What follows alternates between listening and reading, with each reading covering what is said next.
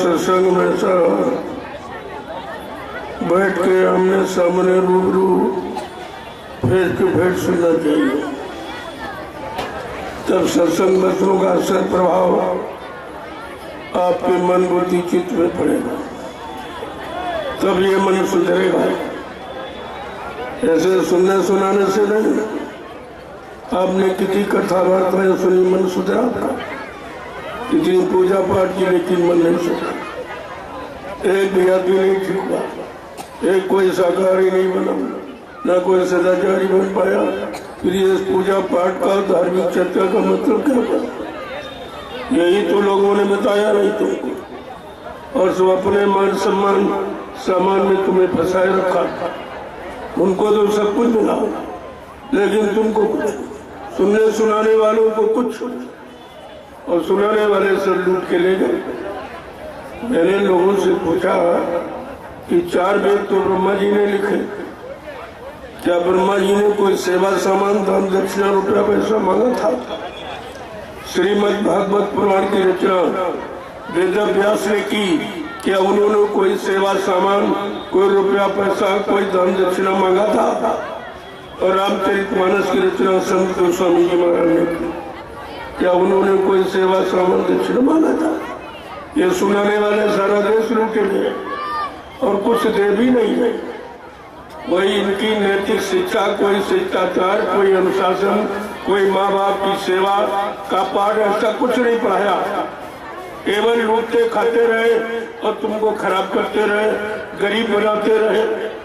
ये आपको सोचना चाहिए।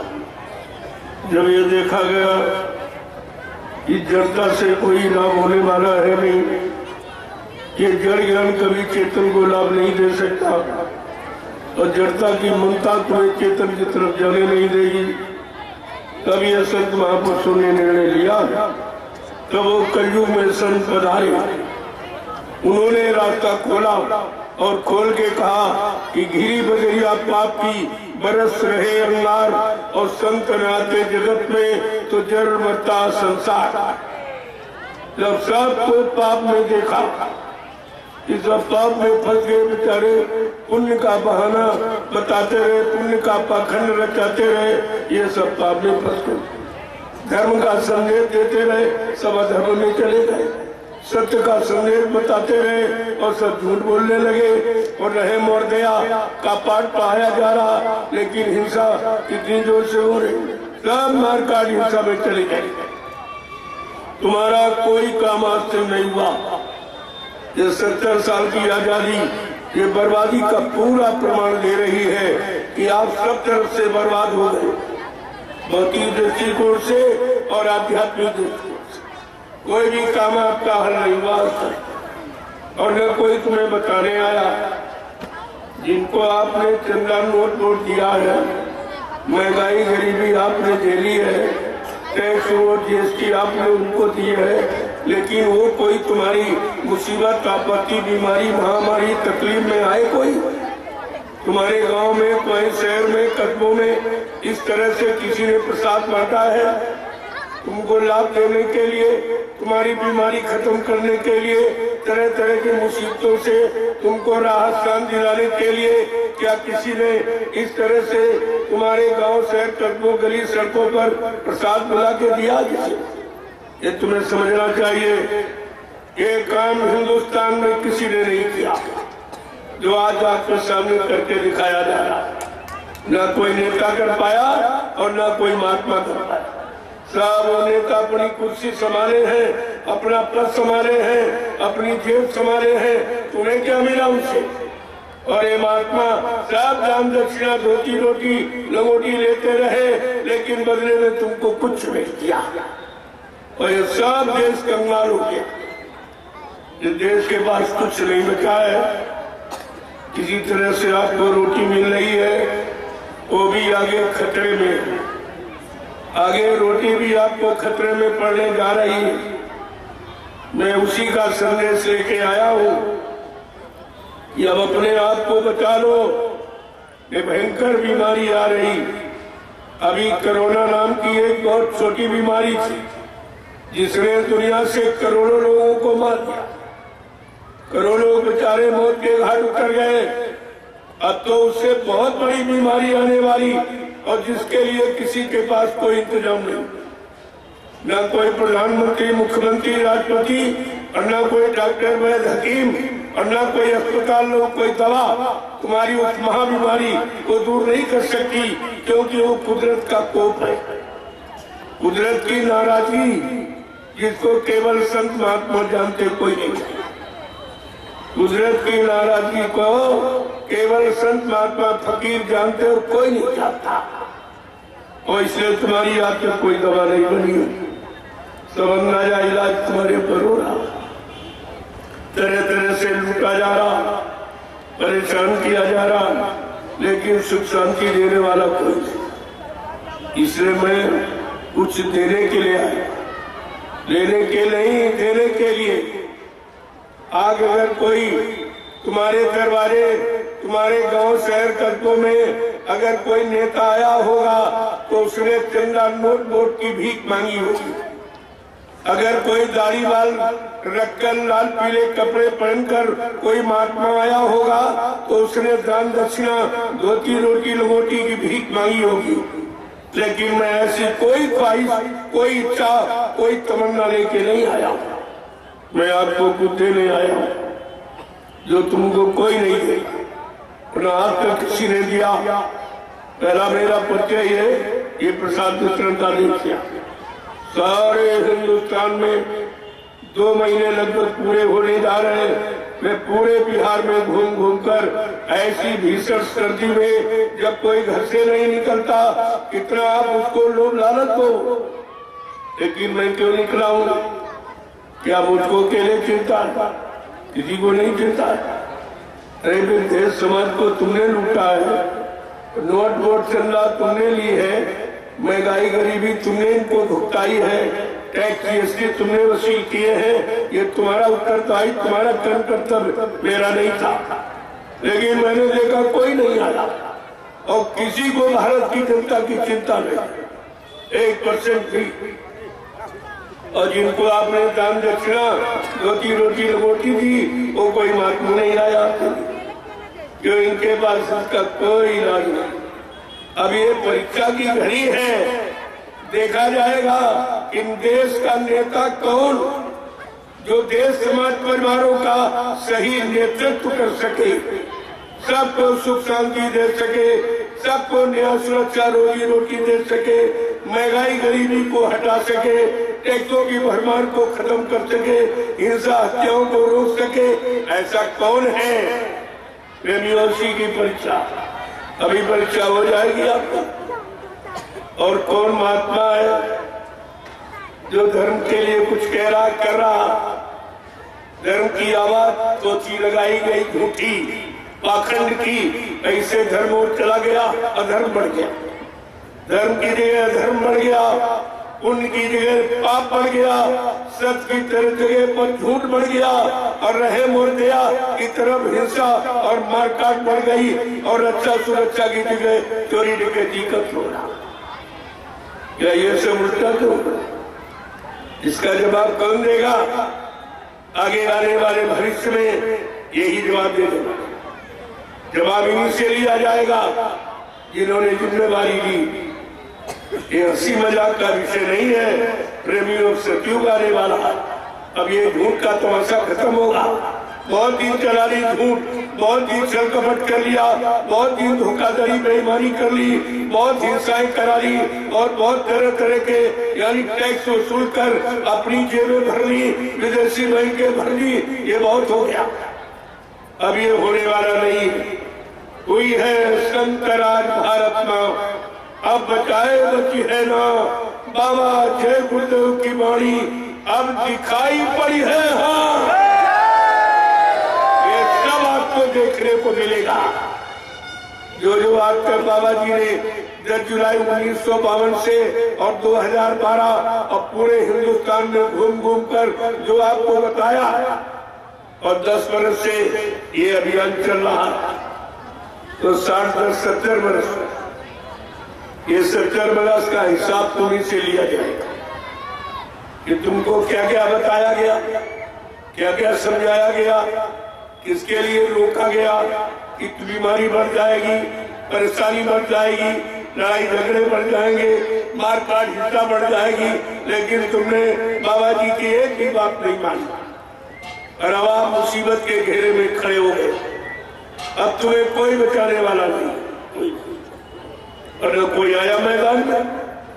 मैं तो इसलिए निकला कि देखे कौन सूरवीर है जो देश की जनता की मदद के लिए, सहयोग के लिए, दुख तकलीफ दूर करने की चिंता रखता है। ऐसा कोई है कि नहीं है?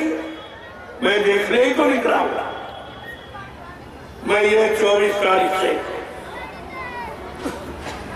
लगा था, 2 महीने पूरे होने जा रहे हैं, मैं लगातार ये संदेश दे रहा हूं कि आप लोग बहुत कथाएं सुनी, बहुत भाषण सुनिए, बहुत पूजा पाठ कर ली। अब इससे कोई काम होने वाला नहीं है।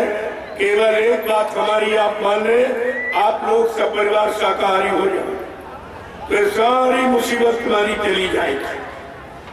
केवल एक बात स्वीकार कर लो कि आप शाकाहारी बने, और शाकाहारी बनने में कोई खर्चा है किसी तरह का, और लाभ कितना है।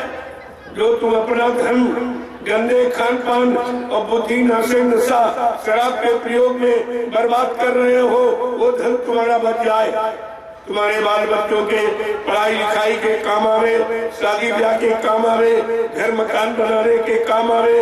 महात्मा हर तरफ से तुम्हारी मदद करना चाहते हैं और उनको आपसे कुछ नहीं चाहिए। महात्मा महान आत्माएं कभी भिखारी नहीं होती। तुमने भिखारियों को महात्मा कह दिया, लोभी राशियों को साधु कह दिया। तुम साधु और महात्मा की परिभाषा ही नहीं जानते कि साधु किसे कहते हैं, जिसने तन मन वचन इंद्रियों को साफ किया। जो शाकाहारी सदाचारी ब्रह्मचारी उसको प्रेमियों साधु कहते हैं। और जिसने अपनी आत्मा को जगा लिया, परमात्मा से मिला लिया, ऐसी महान आत्माओं को महात्मा कहते हैं। और अगर उनसे मिल जाओ तो तुम्हारी सोई हुई जीवात्मा को जगाकर परमात्मा से मिला सकते। उनमें यह शक्ति सामर्थ्य है जो दुनिया में किसी के पास है। ये आत्मिक ताकत किसी के पास है। जब शारीरिक शक्ति तुमने खराब कर डाली तो आत्मिक शक्ति के बारे में तुमको ज्ञानी नहीं है कि आत्मा में कितनी शक्ति है। आत्मा परमात्मा का अंश है। परमात्मा सारी सृष्टि को चलाता है। उसी परमात्मा का अंश जीवात्मा है। उसमें कितनी बड़ी ताकत होगी। क्या कभी किसी महात्मा ने आपको बताया? ये वचन नहीं, पर वचन यानी दूसरे के वचन। पर वचन का मतलब दूसरे के वचन जो पिछले युग में आए और समझाए बुझाए चले गए, और उनसे तुम्हारा काम नहीं होगा। तुमको अपने समय के बचने बचाने का वचन चाहिए कि तुम्हें कौन सा वचन मिले जिससे तुम बीमारियों से बच जाओ, परेशानियों से बच जाओ, आपद मुसीबतों से बच जाओ, लड़ाई झगड़ों से बच जाओ। वो कौन से वचन? उन्हीं को प्रेमियों कहते हैं संत वचन, फकीरों महात्माओं के वचन जो तुम्हें सब तरफ से बचाने का काम करते। लेकिन आपने उनके वचनों को नहीं सुना। बाबा जी पूरे हिंदुस्तान में घूम घूम कर 10 जुलाई सन 1952 से और 2012 ये 60 साल का समय जीवों के जगाने के लिए खर्च किया और सब तरह की शिक्षा दी। राजनीति की, धर्म नीति की, परिवार नीति की, समाज नीति की, सत्य नीति की, प्रेम नीति की, न्याय नीति की, सारी शिक्षा आपको दी। लेकिन आपने उनकी एक भी बात नहीं मानी। एक भी बात आपने नहीं मानी और यही कारण है तुम परेशानियों में घिर गए। अभी क्या जाओगे और परेशानी आएगी जिसका निवारण, जिसका समाधान निदान किसी के पास है। कोई कितना बड़ा विद्वान, कोई कितना बड़ा धर्मवान और बलवान बुद्धिमान क्यों न हो जाए, लेकिन इस प्राकृतिक प्रकोप को कोई रोक नहीं सकता। ये ताकत किसी के पास है। ये केवल संत महात्मा फकीर इसको रोक सकते। लेकिन जब उनका कहना मानोगे तब वो तो बगैर तुम्हें तुमसे कहे ही सब काम कर रहे हैं। तुम्हें बचाने का रास्ता दे रहे, जानकारी दे रहे, बगैर तुमको बता पूछे और बगैर तुमसे कुछ लिए। और जिन्होंने सबको लिया उन्होंने क्या किया था? क्या लिया? वो पिछले युगों की कथाएं सुना रहे जिनसे कुछ होने वाला नहीं। वो राजाओं की कथाएं, अब राजा है ही नहीं तो राजा की कथा सुनकर तुम्हें कौन सा लाभ मिलेगा? कौन सा लाभ मिलेगा? इस राजा की कथा, उस राजा की कथा सुना सुना के सारे हिंदुस्तान को लूट लिया, एकदम गरीब कंगाल बना दिया और उससे कोई काम नहीं हुआ। कोई काम किसी भी तरह का नहीं हुआ। चलो कोई शारीरिक सुख, कोई पारिवारिक सुख, कोई व्यवहारिक सुख यानी मिल जाता तब तो मान लेते चलो इसका सुनाना अच्छा था। लेकिन सुनाने वालों ने लाभ कमाया और सुनने वालों को कुछ नहीं मिला। कुछ ऐसे बेचारे रोगे, अब रोते चिल्लाते भी और रह जाओगे। जब कोई बात आपने नहीं मानी तब कुदरत को मजबूर होकर फैसला लेना पड़ा। अभी कोरोना काल में आपने देखा जब किसी के पास कोई इंतजाम नहीं, तुम्हारे बकरे बचाने की कोई व्यवस्था नहीं, न राजनीति नेता के पास न धार्मिक महात्मा के पास, तब कुदरत को एक फैसला लेना पड़ा कि तुम्हारे जितने धर्मस्थल थे और सब में ताले लगा दिए। मंदिर मस्जिद गिरजाघर गुरुद्वारे धर्मस्थल आश्रमों में सब में ताला लग गया। ये क्यों किया? क्या भैया कोई कोरोना की दवा थी या ये कोई इलाज था? पहले ये बुद्धि देखिए, इसी कहते विनाशकाले विपरीत बुद्धि। जब जिनका विनाश होने को होता उनकी बुद्धि विपरीत दिशा में काम करती। इसका क्या मतलब था? बाबा जी ने तो कोरोना जब कोई नहीं जानता था दुनिया में, तब उन्होंने बताया था 6 नवंबर 1986 को। लिख लीजिए तारीख, कोई नहीं बताएगा तो आज तक किसी को नहीं मालूम है। राज 6 नवंबर 1986 को जानकारी दी गई थी कि बच्चा अभी तुमने भले अच्छे ईमानदार चरित्रवान इंसान बन जाओ, नहीं कुदरत की तरफ से भारी बीमारी आने वाली है। जो तुमने मारकाट हिंसा चोरी कतलेआम उपचार किया और ये मनुष्य मंदिर है, इस मनुष्य रूपी मंदिर में तुमने मुर्दा मांस गंदगी डाली और बुद्धि नाशक नशा शराब का उपयोग करके अपनी बुद्धि का संतुलन खराब कर दिया, जिससे तुम्हारी बुद्धि माँ बहन बेटी बहू की परख पहचान भी भूल गई। ये सब आपको बताया गया। अगर नहीं मानोगे तो एक अजीबोगरीब नाम की बीमारी जिसका नाम कोरोना, बाबा जी ने कहा कोरोना, क्या क्या नहीं करोगे तो बीमारी नहीं आएगी, अगर करोगे तो बीमारी आ जाएगी। कोरोना का मतलब ये है, कहा बच्चा अंडा मत खाना, ये मुर्गी का मासिक धर्म है। मासिक धर्म की कितनी बड़ी गंदगी होती है, ये महिलाओं को सब पता है कि सबसे बड़ी गंदगी मासिक धर्म, जिसमें न औरत को छुआ जाता न उसके हाथ का खाना बना खाया जाता, ये बीमारी आ जाएगी। मतलब बड़ी इस तरह की आज गंदगी सबको खिलाई जाए। मैं जब निकलता हूँ रोडों से देखता हूँ कि सब्जी की दुकान तो भीड़ कम है, लेकिन रंगों की दुकान पर बहुत है और सब पढ़े लिखे। इनकी बुद्धि क्या हो गई?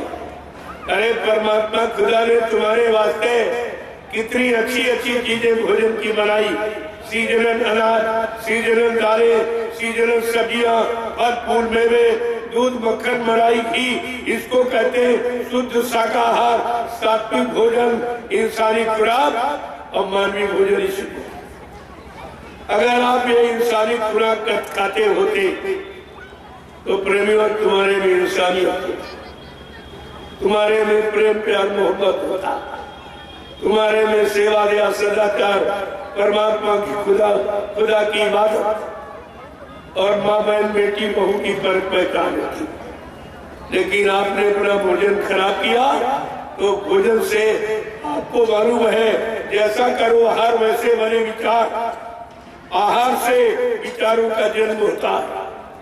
जब आहार खराब हो गया, विचार खराब हो गए, तो विचार खराब हो गए तो बुद्धि खराब हो गई, बुद्धि खराब हो गई तो कर्म खराब हो गए, जब कर्म खराब हो गए तो परेशानियां आ गई। ये सब आपके कर्मों की कमाई है, जो उसको भोगी आप भुगतान करिए। भाई कमाया तुमने है तो काटेगा, अरे बोया तुमने तो काटना तुम्ही को पड़ेगा। इसलिए महात्मा अभी तुम्हारे लिए मेहरबान है, अभी तुम्हारे लिए हमदर्द है कि आपको एक मौका कुदरत से दिला रहे। कुदरत की आरज़ू मिन्नत करके कहा नहीं थोड़ा सा आप रुक जाओ भी, मैं बड़े बच्चों को सारे हिंदुस्तान में शाकाहार का प्रचार करने के लिए भेजे देता हूँ, जब लोग मेरे शाकाहार के प्रचार को न माने, न सुने, न अपनाए, फिर जो तुम्हारी इच्छा मैं वो करना। लोगों ने सुना नहीं बल्कि और ज्यादा बढ़ा दिया और शासन प्रशासन इसमें पूरा सहयोग। खुलेआम मुर्गा काटा जा रहा, बकरा काटा जा रहा, मछली काटी जा रही, सड़कों पर अंडे फोड़े जा रहे हैं। इनको ये नहीं दिखाई देता क्या ये हत्या नहीं है? केवल इंसान मारने की हत्या बाकी? क्या इंसान में और कोई दूसरी जीवात्मा है? जो इंसान में, वही मुर्गे में, वही बकरे में, वही मछली में, सब में भाई। तो इनको ये भी नहीं मालूम है कि हम ये कर क्या रहे हैं। ये रामचरित मानस को भूल गए और श्री राम की जय जयकार करते, केवल चंदा नोट बोल लेने के लिए। बाकी श्री राम चरित मानस की एक भी बात ये नहीं करते। और ये जानते रामचरित मानस कहती है, राजा के लिए पूरा संदेश देती है, प्रधानमंत्री, मुख्यमंत्री, राष्ट्रपति के लिए ये पूरा संदेश देती रामचरित मानस। क्या कहती है कि जासु राज प्रिय प्रजा दुखारी और सुन प्यावा से नरक अधिकारी। रामचरित मानस का उत्तरकांड क्या कह रहा है? जिसके राज में प्रजा दुखी, वो राजा नरक में जाएगा। क्या इनको नरक की चिंता नहीं है? क्या स्वर्ग नरक को ये जानते नहीं है? कुछ कोई जरा सी भी यानी कोई जानकारी का तो मतलब है नहीं कुछ पता। रामचरित मानस कहती है, इसी धार्मिक भारत भूमि पर भगवान राम ने राजनीति की। भगवान कृष्ण की राजनीति इसी पर, लेकिन भगवान राम की राजनीति क्या कह रही है कि सच्चे राजा शासक का कर्म कर्तव्य क्या है अपनी जनता प्रजा के प्रति। क्या लिखा है कि राजनीति बिन धन धर्मा और प्रभु समर पे बिन सत कर्मा।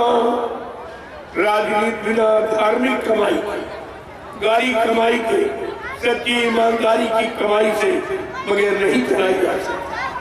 और इनकी राजनीति कैसे चलती है? शराब की बिक्री, मांस की बिक्री, चमड़ा विदेश में भेजते, मांस विदेश में बेचते, ये व्यापार हो रहा। अब उसी ढंग से ये भारत की जनता पर दुख की बरसात की जा रही। सुख नहीं मिला, दुख की बरसात हो रही है और कोई कहने वाला न कोई पक्ष न विपक्ष, कुछ नहीं, सब मौन हो गए। सबकी जबानें बंद हो गई क्योंकि इन्होंने 70 साल की आजादी में जो कुछ कहा वो सब झूठा, सब झूठा निकला। सारे वादे, सारी प्रतिज्ञाएं, सारे शपथ, ये सब इनके झूठे। कहना कुछ, करना कुछ, इसलिए इनकी जबानें बंद हो गई। अब ये सोच रहे हैं मैं भारत की जनता को क्या मुंह दिखाऊं। 70 साल का जीवन एक जीवन कलयुग में है तो निकल गया और कुछ नहीं गया। चलो मिलना बनाना दूर था, जो पूर्वजों की विरासत हमें आपको मिली थी, सच्चाई, ईमानदारी, वो भी चली गई, वो भी छीन ली गई। अब आपके पास कुछ नहीं बचा, रोने के सिवा कुछ। ये रामचरित मानस क्या कह रही है? ये सीताराम के पुजारी क्या कह रहे हैं? देखिए इनकी करनी देखो कि उनको भी बदनाम कर रहे। अरे तुम जो कर रहे हो कम से कम भगवान के लिए तो कुछ तो शर्म खाओ, भगवान के लिए कुछ शर्म करो। इतने बेशर्मी रात कर क्या ये सब साथ ले जाओगे?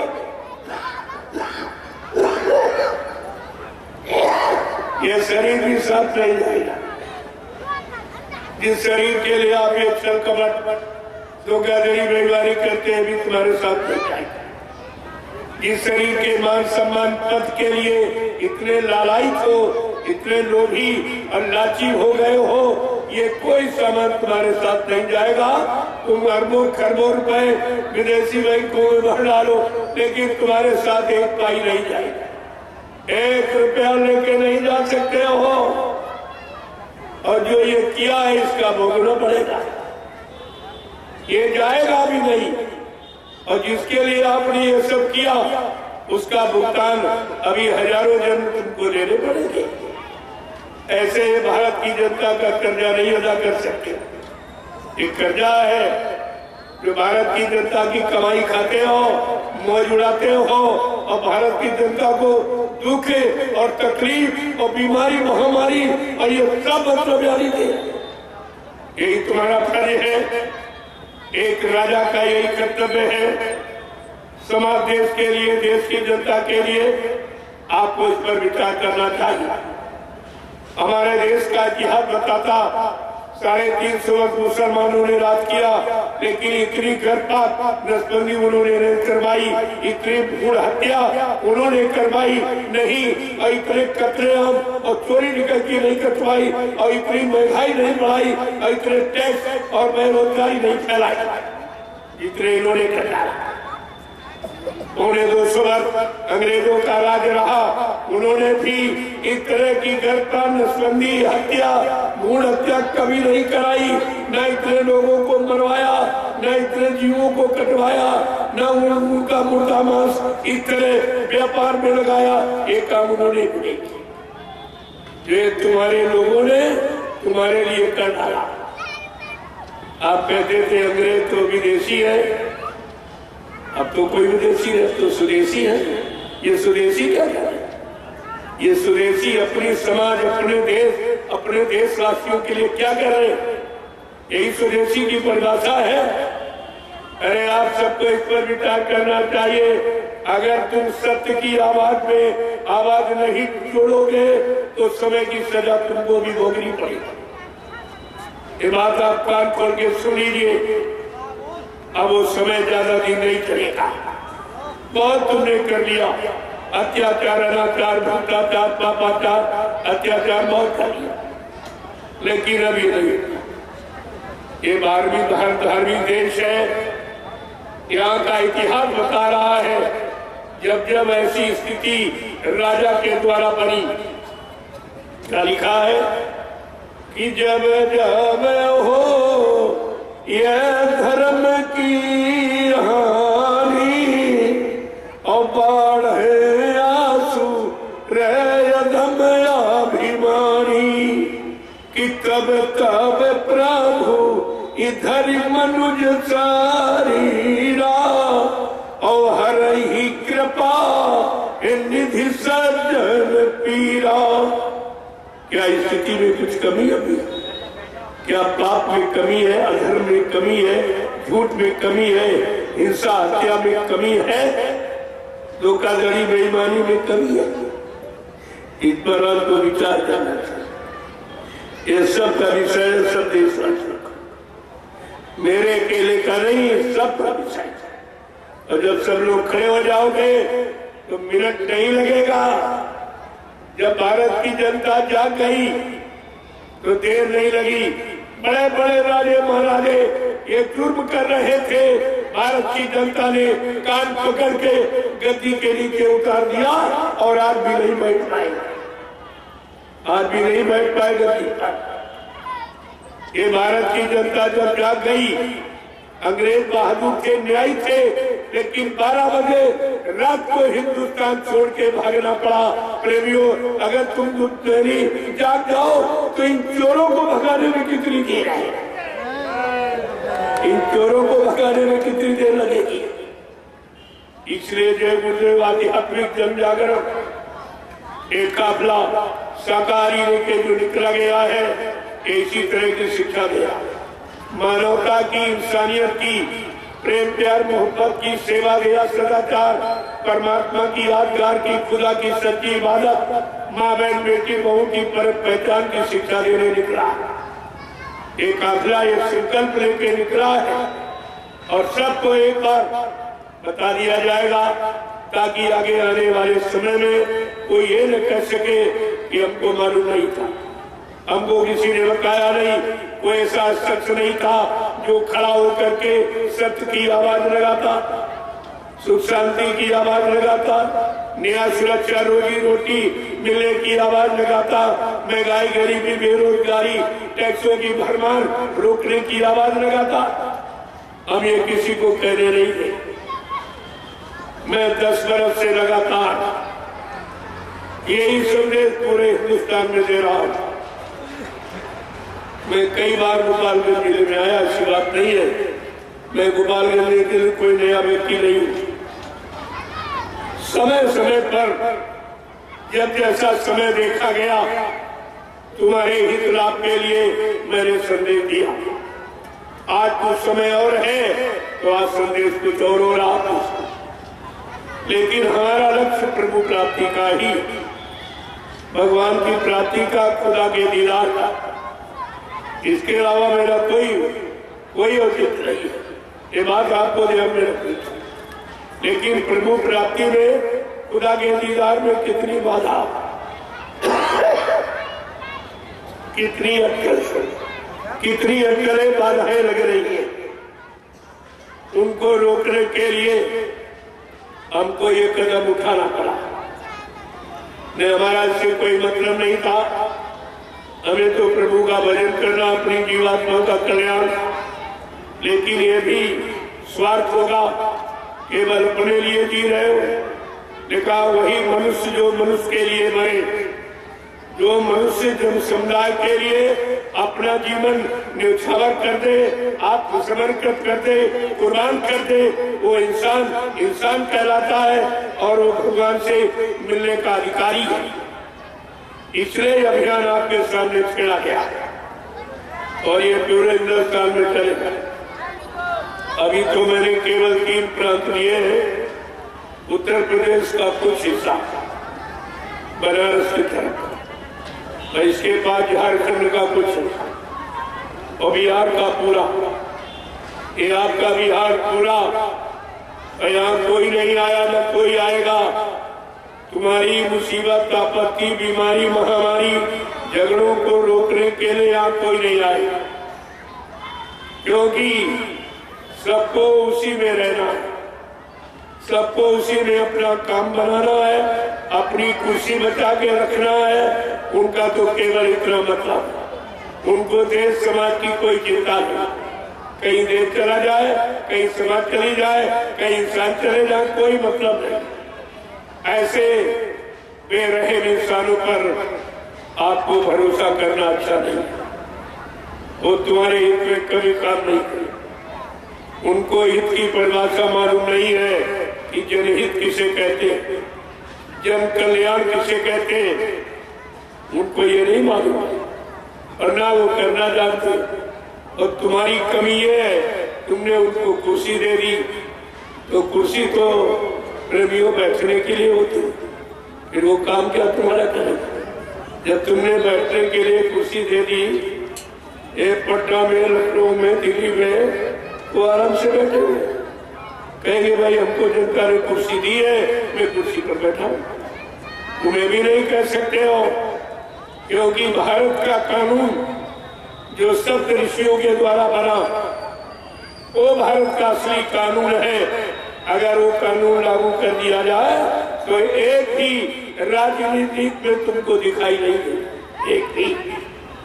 इतनी राजनीति कठिन है, एक भी व्यक्ति आपको इसमें दिखाई नहीं देगा।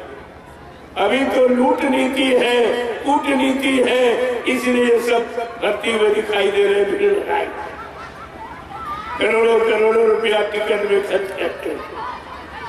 जिसने 5 करोड़ 10 करोड़ में टिकट खरीदी है, तो तुम ये बुद्धि से नहीं सोच पाए हो। जिसने टिकट मोल ली है, वो 5 साल तुम्हारी सेवा करेगा कि अपने टिकट के पैसे पूरे करेगा? ये तुम्हारी बुद्धि में नहीं आया। अरे घाटे का सौदा कौन करता, घाटे का व्यापार कौन करेगा? अब राजनीति तो व्यापार है, न प्यार है, न व्यवहार है, केवल व्यापार है। और आपको इस पर एक नजर डालनी चाहिए। नहीं, तुम्हारी पढ़ाई लिखाई का क्या मतलब? ये डिग्री डिप्लोमा लिए घूम रहे हो और एसपी, एसपी और डीएम सब बन गए हो, लेकिन न अपने लिए सोच पाए, न अपने परिवार के लिए, न देश के लिए, न समाज के लिए। तुम्हारी पढ़ाई लिखाई किस काम की? क्या यही तुम्हारी जिम्मेवारी है कि देश समाज खराब हो जाए, सब नैतिकता से दूर चले जाए, सब भ्रष्टाचार और पापाचार और मांसाहार में सब फंस जाए? ये तुम्हारी जिम्मेवारी है, यही ड्यूटी है तुम्हारी। तो सजा के मालिक तुम भी बचो। इसमें ईश्वरी विधान में कोई नहीं बचे। ये मानवीय विधान नहीं है, ईश्वरी विधान जो आपको समय से जानकारी दी जा रही, नहीं तो इसके भोक्ता आप भी बनेंगे। क्योंकि मैं ये कार्यक्रम पुलिस प्रशासन के परामर्श से लेता हूँ, जिसको परमिशन कहते हैं आप। मैं परमिशन, इंफॉर्मेशन ये दोनों देता हूँ, ऐसे नहीं बोल रहा हूँ। उनको शामिल करके तुम ये नहीं कह सकते हो कि हमको बताया नहीं और बाबा जी ने अपनी मन मुक्ता मेरा करके संदेह दे रहे लगे। मैं ये काम नहीं करता। मैं अनुशासन का बहुत पालन करने वाला, हिंदुस्तान में कोई नहीं मिलेगा मेरे जैसा। अनुशासन का पूर्ण पालन करता हूँ, मर्यादा का पूरा ख्याल रखता हूँ। ये मेरी नीति है। मैं अपनी इस नीति से रख कभी नहीं होता हूँ और इसीलिए आपको नीति की बात बताता हूँ। आप इसमें आ जाओ, आपके लिए अच्छा रहेगा। मैं जो कह रहा हूँ, क्या पुलिस कर्मचारियों के बच्चे नहीं है? मैं उनके बच्चों के लिए भी तो कह रहा हूँ।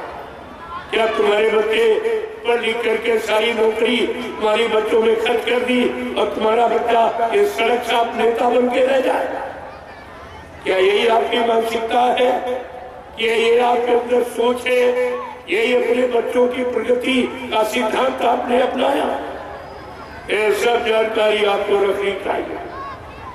मैं तो सब तरह की बात आपके सामने रखता हूँ और अपने लिए हमें कुछ नहीं, न मैं प्रधानमंत्री बनना रहा, न कोई रुपया पैसा सामान, न मेरा कोई बैंक में खाता कहीं। ये कपड़े आप लोग देते हो तो पहन लेता हूँ, मेरे पास कपड़े भी अपने नहीं। एक रोटी सुबह, दोपहर, एक शाम, यही प्रेमी देते हैं। ये बैठे इन्हीं की दी हुई रोटी खाता हूँ, इनके दिए हुए कपड़े पहनता हूँ और इन्हीं का काम कर रहा हूँ। इसलिए इन्हीं का काम कर रहा हूँ, अपना कोई काम नहीं। हमें कुछ नहीं, हमें सच्ची सुख शांति चाहिए। हमको अपनी सच्ची आजादी चाहिए। जो कितने करोड़ लोग कुर्बान हुए, कितनी माताएं निपूती हो गई, कितने बहनों का सुहाग लुट गया, उसका दर्द हमारी नस नस में भरा। मैं इसलिए आवाज लगा रहा हूँ। अभी आज सुनिए जी, अच्छा रहेगा। मैं ऐसी व्यवस्था बना दूंगा, सब फंस जाएगा, सबके साथ कोई बाकी नहीं रहेगा। ये छोटी मोटी बात हम मत समझिए। मैं अभी सरलता से आपसे कह रहा हूँ, अच्छा रहेगा आपके लिए। वो नहीं मानोगे तो मेरे पास बहुत उपाय, बहुत तरीके जो तुमने कभी जीवन में सोचे भी नहीं हुए। वो किसी के पास नहीं, ना कोई प्रधानमंत्री, ना मुख्यमंत्री, राष्ट्रपति, वो व्यवस्था उसके यानी मतलब दिमाग में है ही नहीं कि परिवर्तन कैसे होगा। ये देश का परिवर्तन नहीं, विश्व का परिवर्तन कैसे होगा, विश्व की व्यवस्था कैसे बनेगी, विश्व को लोगों को न्याय, सुरक्षा, रोजी रोटी कैसे मिलेगी, वो तुम्हारे दिमाग में नहीं। तुम अपने देश की समाज की व्यवस्था नहीं संभाल पा रहे, तुम विश्व की व्यवस्था क्या संभालोगे? क्योंकि तुमको अपनी चिंता। जब राजा पुत्रवत प्रजा का पालन करता था, अपने को सेवक समझकर राष्ट्रीय कोष का एक नया पैसा खर्च नहीं करता था। कोई न कोई यानी वो शारीरिक सेवा जरूर करता था, कोई अपने वर्ग के लिए। जब जो उसी से उपार्जन होता था और वही रोटी खाता था, तब रेजा राजा भारत की जनता के साथ न्याय करता था। आज भी उनका न्याय प्रसिद्ध है आज। लेकिन तुम्हारे यहाँ का राजा जरा इस पर दृष्टि डालो, क्या करना है और तुम्हारे लिए कुछ नहीं। क्योंकि जब गाड़ी कमाई नहीं खुद की है तो बुद्धि कहां से अच्छी होगी। जैसा खाओ अन्न वैसा बने तन मन, जैसा पीवो पानी वैसी होवे वाणी। ये धार्मिक मुल्क के लिए ये सिद्धांत लागू है और जब तक ये सिद्धांत नहीं लागू किया जाएगा कोई व्यवस्था आपको सुचारू रूप से चलती दिखाई नहीं देगी। आज आप बताओ, राजनीति चलाई जा रही कि घसीटी जा रही? घसीटी जा रही, जिसमें भारत की जनता के चिथड़े उड़ रहे और फिर भी तुम्हारी आंखें बंद है, तुम्हारे कान बंद है, तुम्हारी बुद्धि बंद है, तो फिर तुम कर ही क्या सकते? कब तक मार खाते रहोगे? अरे एक दिन तो तुम्हें घूम के खड़ा ही होना पड़ेगा। कब तक इंसान मार खाएगा? जब मार खाने की शक्ति क्षमता समाप्त हो जाएगी, आखिरकार घूम के आप तो खड़ोगे, लेकिन उस समय तुम्हारे पास कुछ नहीं। मैं समय के पहले घूम के खड़ा होने की प्रार्थना करता हूँ। समय से पहले खड़े हो जाओ अपनी अपनी मानवता इंसानियत में।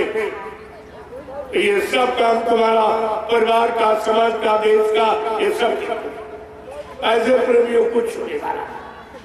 बहुत भाषण तुमने सुन लिए, क्या हुआ? बहुत प्रवचन सुन लिए, क्या हुआ? इसके लिए प्रवचन किया जा रहा वो धर्म भी कहीं दिखाई नहीं दे रहा। ये प्रवचन कहाँ जा रहे हैं सब? क्योंकि करने वाला स्वतः वैसा नहीं है। एक बार गांधी महात्मा के पास एक सेठ आया, उसका एक ही लड़का था, उसको लेके आया। उनका लड़का गुड़ बहुत खाता था। डॉक्टर व हकीमों से बहुत पूछा, सबने कहा कि गांधी जी इसकी कोई दवा नहीं बनी, ये गुड़ खाता है, इसकी दवा नहीं। उन्होंने सोचा तो सब डॉक्टर व हकीम फेल हो गए, चलो होने गांधी महात्मा के पास। महात्मा के पास कोई न कोई जड़ी बूटी जरूर है।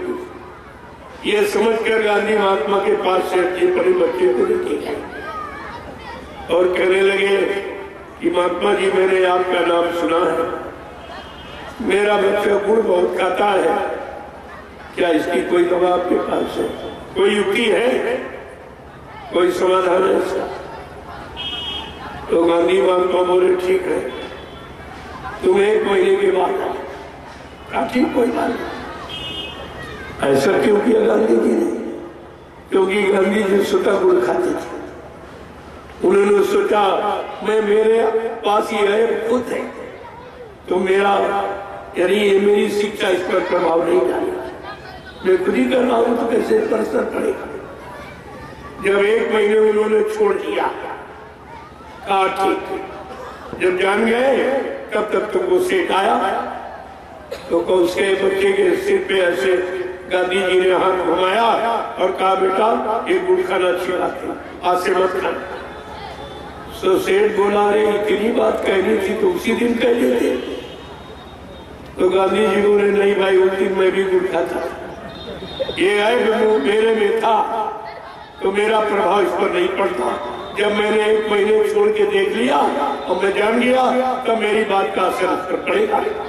ऐसे ही जितने तुम्हें जो प्रवचन कर रहे हैं ये सब है, कोई ऐसा नहीं है। दिन भर तो सीताराम और शाम को 250 ग्राम इनको भी चाहिए कथा की थकावट उतारने की, इनको भी 250 ग्राम। कोई ऐसा नहीं है। शराबी कबाबी लुटेरे सब धर्म शास्त्रों की महिमा खत्म कर दी। जो ऋषि मुनि महात्माओं की विरासत उनकी कमाई थी ये तो सब नष्ट कर दी। ये कोई ऋषि मुनि तो है नहीं, ये सब भोगी और योगी की शिक्षा बता रहे। योग की बात करते भोगी, इनको नहीं माने। इनसे पूछा कि श्रीमद् भागवत पुराण की रचना और महिमा सारे हिंदुस्तान में अखंड पाठ हो रहा, लेकिन प्रभाव क्यों नहीं पड़ रहा? सुनाते तो अच्छा सा, हमने अच्छा सुनाते तो अच्छाई का प्रभाव कहां चला गया? वो क्यों नहीं पड़ा? एक व्यक्ति को भी अच्छा नहीं बना पाए। मैंने कहा उसका कारण मैं बताऊंगा, तुम्हें नहीं मालूम। श्रीमद् भागवत पुराण की रचना वेद व्यास ने की, अकेले नहीं, 88,000 ऋषियों की मंत्रणा से। कहा कि नैमिषारण्य, सीता उत्तर प्रदेश नैमिषारण्य में 88,000 ऋषियों की मंत्रणा से वेद व्यास की रचना की गई। वही भूमि है वो तपोभूमि। तो हमने कहा उन्होंने तो दान दक्षिणा नहीं दिया। क्यों? जब परीक्षित को कथा सुनाई गई, राजा परीक्षित को ये हुआ कि इनको तक्षक ने काट लिया है, यानी काले नाग ने, इनकी मृत्यु हो जाएगी। अब मृत्यु का बड़ा डर सबको होता है, तो राजा को भी डर सता गया। अब डर के साथ साथ उनको मोह पैदा हो गया कि मेरा राज भी छूट जाएगा, मेरा खजाना भी, मेरा सोने का मुकुट भी, ये सब छूट जाएगा, चला जाएगा। अब उनको और बड़ी चिंता हुई। उस चिंता को खत्म करने के लिए ये सोचा गया, भाई किसको बुलाया जाए? मोह ममता में तो सभी घिरे हैं। काम, क्रोध, मोह, लोभ, अहंकार, सारी सृष्टि की रचना हो गई है। कौन ऐसा है वीतरागी महात्मा कि जिसकी शिक्षा से राजा का मोह खत्म हो जाए, तो मतलब यानी प्राण के निकल जाएगा, तब तक प्राण नहीं छोड़ पाएगी। तो जंगल से देखिए कितनी बड़ी बात, जंगल से महात्मा को बुलाया गया। तो महात्मा वीतरागी थे, उनको बुलाया गया और उन्होंने कथा सुनाई। वही दृष्टांत खोल के रखा कि मोह करना अच्छी बात नहीं है। जिसने एक मानव जन्म लिया है उसको मौत के हवाले होना ही पड़ता है। कारण कोई बन जाए कर्मानुसार, लेकिन जाना पड़ेगा। और ये तुम्हारा कुछ है नहीं, तुम माँ के गर्भ से पैदा हुए, नंगे आए थे, अकेले आए थे। ये रात पात और धन दौलत और पदपत्री ये क्यों अपना मान नहीं? तुम्हारा है ही नहीं। जब तुम लेके नहीं आए हो तो लेके कैसे जाओगे? ये जब सुनाना शुरू किया तो धीरे धीरे धीरे राजा परीक्षित को ज्ञान हो गया कि अरे सब कोई नहीं ले गया तो हम कैसे ले गए? किसी का नहीं हुआ तो हमारा कैसे होगा? तमाम राजा आए और रात पात छोड़ के चले गए, वो नहीं ले गए तो हम कैसे जाएंगे? हमारे पूर्वज तमाम राजा ही बने, वो नहीं लेके गए, हम कैसे ले गए? इस तरह से इनको जब ज्ञान हो गया, तो शरीर से प्राण निकल। अब सुनाने वाले योगी जी और सुनने वाला भी वीतरागी राजा। देखिए पहले, जब सुनाने वाला जिसको कोई चिंता नहीं, वो लंगोटी धारी, वो तो सीधे जंगल चले गए पता करके ये समस्या का समाधान निकाल को जंगल में चले गए और राजा मर गया। तो मैंने पूछा, भाई ये लेन देन कहाँ हुआ? जो लेन देन आप ये करते हो, रुपया लाओ, पान लाओ, दक्षिणा लाओ, आटा लाओ, ये लाओ, वो लाओ, घी लाओ, तेल लाओ, ये कहाँ हुआ? देने वाला राजा परीक्षित मर गया, लेने वाले सुखदेव मुनि वो जंगल चले गए। सुखदेव मुनि जी जंगल चले गए और देने वाला राजा खत्म हो गया। तो ये लेन देन का हुआ। जो तुमने ये लूट पाट का जो विषय बना रखा है, यही तुम्हारी ख्याति को, यही तुम्हारी प्रशंसा को, यही तुम्हारी योग्यता को नाकाम करना है। कोई काम तुम किसी का नहीं कर सकते। जब तुम खुद नहीं समझ पाए हो इसका श्रीमद् भागवत पुराण का मतलब क्या है और किसने सुनाया और किसको सुनाया और किस समस्या का समाधान था, जब तुम्हें कुछ नहीं मालूम तो ये लूटपाट के सिवा तुम क्या कर सकते? सारा देश चुप डाला और कुछ नहीं मिला, कुछ भी नहीं। मैंने पूछा ये सबसे बड़ा अन्याय, जो धर्म के लिए झूठ बोले सबसे बड़ा, सत्य के लिए झूठ बोले सबसे बड़ा पाप है, इससे बड़ा कोई पाप नहीं। तो प्रेमियों, ये सब चीजें समझने के लिए जब तक आप समझोगे नहीं तब तक ये रूढ़िवादिता समाप्त नहीं होगी, ये पाखंड समाप्त नहीं होगा, ये जनता की ममता तुम्हारी खत्म नहीं होगी, और जब तक ये खत्म नहीं होगी तब तक कुछ मिलने वाला नहीं होगा। इसलिए मैं तो आपके लिए कुछ लेके आया हूं कि ऐसे तो तुम्हारा कोई भागवत नहीं काम करेगी, न कोई रामायण काम करेगी, न कोई वेद पुराण, न कोई तीर्थ व्रत, न कोई पूजा पाठ, कुछ काम नहीं की। बीमारी और बढ़ गई, परेशानी और बढ़ गई, लड़ाई झगड़े और बढ़ गए, मारकाट और बढ़ गई, चोरी डकैती कत्ल बलात्कार और बढ़ गई, महंगाई और बढ़ गई, बेरोजगारी और बढ़ गई, टैक्सों की भरमार और बढ़ गई। तो खत्म क्या हुआ? फिर खत्म क्या हुआ?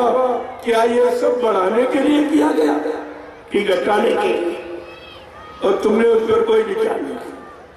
तुम्हारा भी कसूर ऐसा नहीं है कि सब राजा का ही कसूर है, प्रजा का भी कसूर है। पहले तो प्रजा को अधिकार नहीं था राजा बनाने का, माँ के पेट से ये राजा से जो संतान पैदा होती थी वही राजा बना दिया जाता था। लेकिन प्रजातंत्र में ऐसा नहीं है। प्रजातंत्र में प्रजा को अधिकार है, जहां तुम मुहर लगाते हो उसी के नीचे राजा पैदा हो जाता तुम्हारे द्वारा राजा का चयन होता। राजा जो भी करेगा उसका 50% तुमको भुगतान करना होगा। अच्छा करेगा तो अच्छा और बुरा करेगा तो बुरा। ये भुगतान इसीलिए तुम्हें करना पड़ रहा कि जथा राजा तथा प्रजा, धर्मी राजा धर्मी प्रजा।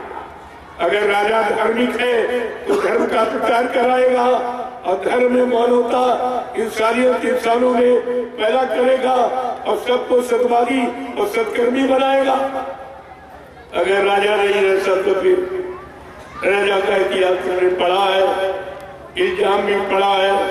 ये हिरण्यकशिप जो भक्त प्रहलाद का पिता था, जब भक्त प्रहलाद ने अपने पिता को सच्चे धर्म कर्म की शिक्षा दी कि पिताजी यही भगवान का सच्चा नाम हरि नाम है, इसी नाम को लो तुम्हारा कल्याण हो जाएगा, एक बात नहीं मानी।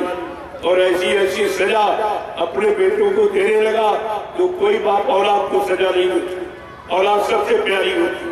लेकिन उसने आपने इतिहास पढ़ा होगा, प्रहलाद का कि पहाड़ों से गिरा रहा, हाथी से कुचला रहा और अग्नि में, यानी उसकी बहन अग्नि में बैठ गई होलिका लेकर के।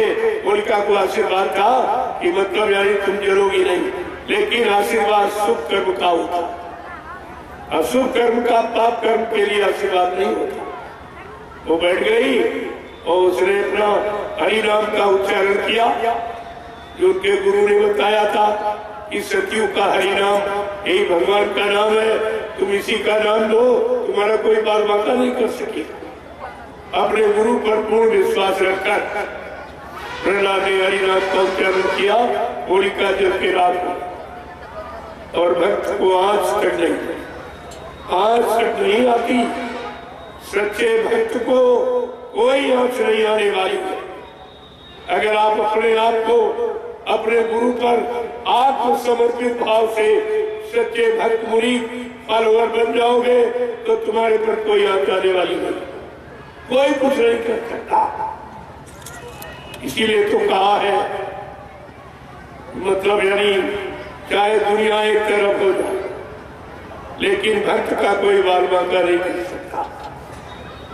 ये बातें आपको इतिहास की ध्यान में रखनी चाहिए। और यही सब हुआ। जो नहीं माने वो सब मारे गए। रावण इतना बड़ा विद्वान था, कहा इसके लिए भूते न भविष्य थे, न कोई है न आगे कोई होगा, वो भी मारा गया। केवल किसके कारण? जो समय का नाम जगाया गया, ऋषि मुनियों ने राम नाम जगाया, उस राम नाम में उसको शंका हो गई, ये राम का नाम, ये भगवान का राम नाम नहीं है, ये राम भी भगवान नहीं है। बस इतनी शंका में सोने की लंका चली गई, शंका में लंका चली गई। और तुमने अपने समर्थ गुरु सदगुरु मालिक ने शंका की तो तुमने दया को दी, जो दया हर तरफ से बताती है। एक बार काल भी तुम्हारा कुछ नहीं कर सकता अगर तुमने सदगुरु की दया ले ली, प्राप्त कर ली है तो इतना बड़ा लाभ तो किसी काम का सच्ची में नहीं है जितनी दया का लाभ। और आपने वो भी खो दिया और बोल बोल में आप चले गए। तो इसलिए मैं आपसे एक ही प्रार्थना करूंगा कि आप लोग सब परिवार साकार हो। आगे का समय बहुत खराब, उस खराब समय से बचने बचाने का इंतजाम किसी के पास। जो आप लोग सोचते हो अज्ञानता में मेरे पास रहने के लिए मकान है, बंगला है, कोठी है, फ्लैट है, खाने के लिए घर में रोटी है, कमाने के लिए हमारे पास खेती है, दुकान है, दफ्तर है, बिजली व्यापार मजदूरी है, तो फिरों को सहयोग के लिए पद पत्नी बाल बच्चे भाई बहन बिरादर। लेकिन आपको ये नहीं मालूम ये कुदरत के एक झटके में सामान खत्म हो, ये सारा सामान एक झटके का चला जाए। इसलिए पहले आप बात को समझो, ये तुम्हारे लाभ तुम्हारे कल्याण के लिए निस्वार्थ, मेरा इसमें कोई स्वार्थ नहीं, हमें आपसे कुछ भी नहीं चाहिए। मैं लेके कार्य जब जाना है कुछ लेके नहीं जाना है तो हम दूसरे का सामान क्यों इकट्ठा करें? ऐसी अज्ञानता महापुरुष नहीं करते, काल के सामान को कभी नहीं मानते, कभी नहीं इकट्ठा करते, कभी उससे मोह ममता नहीं रखते, जब चाहे तब छोड़ के चल देंगे। इसीलिए आपको बताया जाता तो आप लोग शाकाहारी हो जाओ। और दूसरी बात, आप भजन करें, पूजा करके तो आपने देख लिया कुछ नहीं मिला और कुछ आपकी व्यवस्था नहीं मिली, न बीमारी से बच पाए न परेशानियों से, पूजा में तुम्हारा कोई काम नहीं, क्योंकि वो नकली पूजा थी, असली नहीं थी, नकली थी। नकली पत्थर कागज कैलेंडर के देवा देवी देवता भगवान बना रखे आप, नकली भगवान असली का थोड़ी करेगा। वो तो भगवान को समझने के लिए, भगवान की महिमा जानने के लिए, गौरव गरिमा के लिए आपको ये व्यवस्था बनाई गई थी। जैसे उदाहरण के लिए एक अध्यापक जब स्कूल में ब्लैक बोर्ड पर गाय का चित्र बनाता तो बच्चों से कहता ये गाय का चित्र।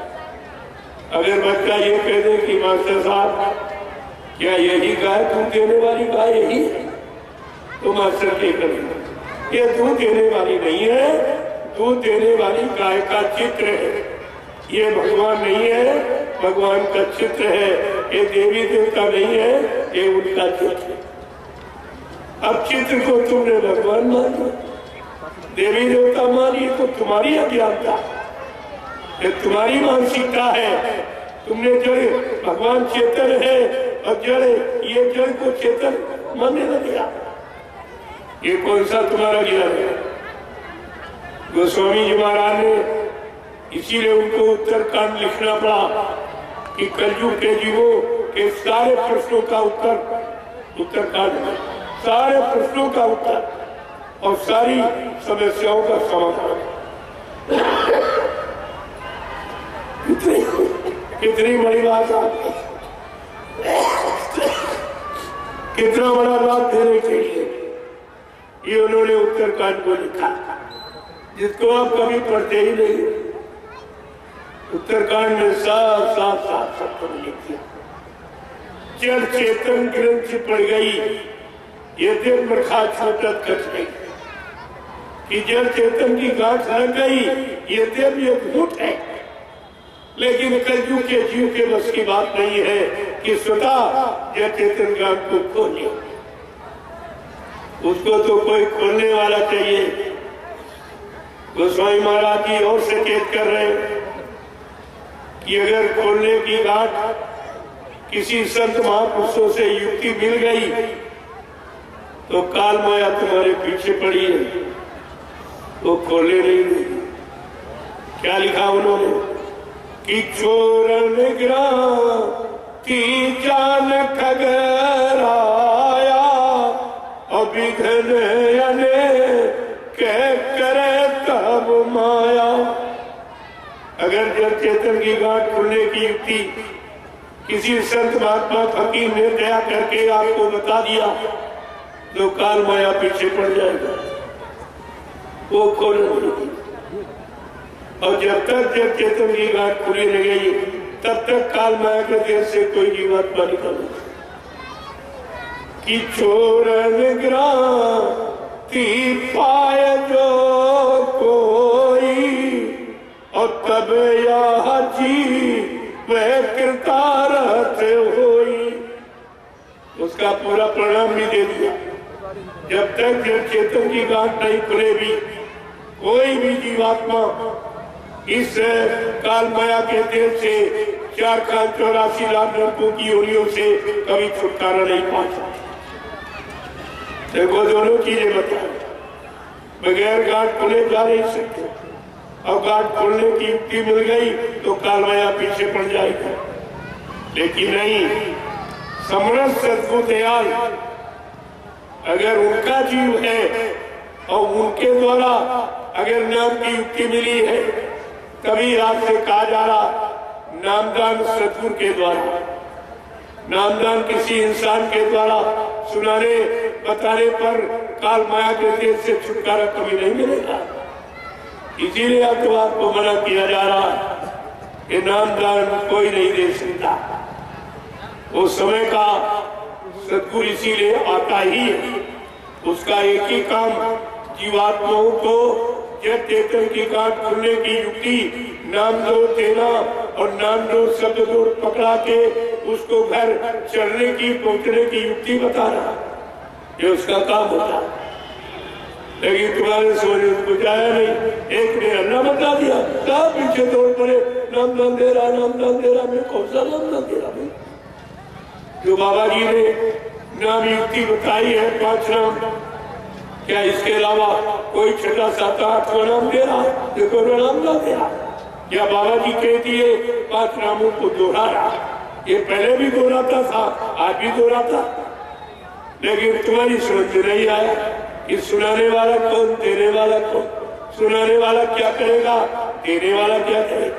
हम अगर आपको ये सुनाए कि रसगुल्ला मीठा होता, मुलायम होता है, तो क्या आप संतुष्ट हो जाओगे सुन के? कुछ देर के बाद कहोगे अरे सुनाना कि कुछ खिलाना पिलाना। अरे संतुष्टि तो पाने से होती, क्या सुनाने से संतुष्टि हो जाएगी?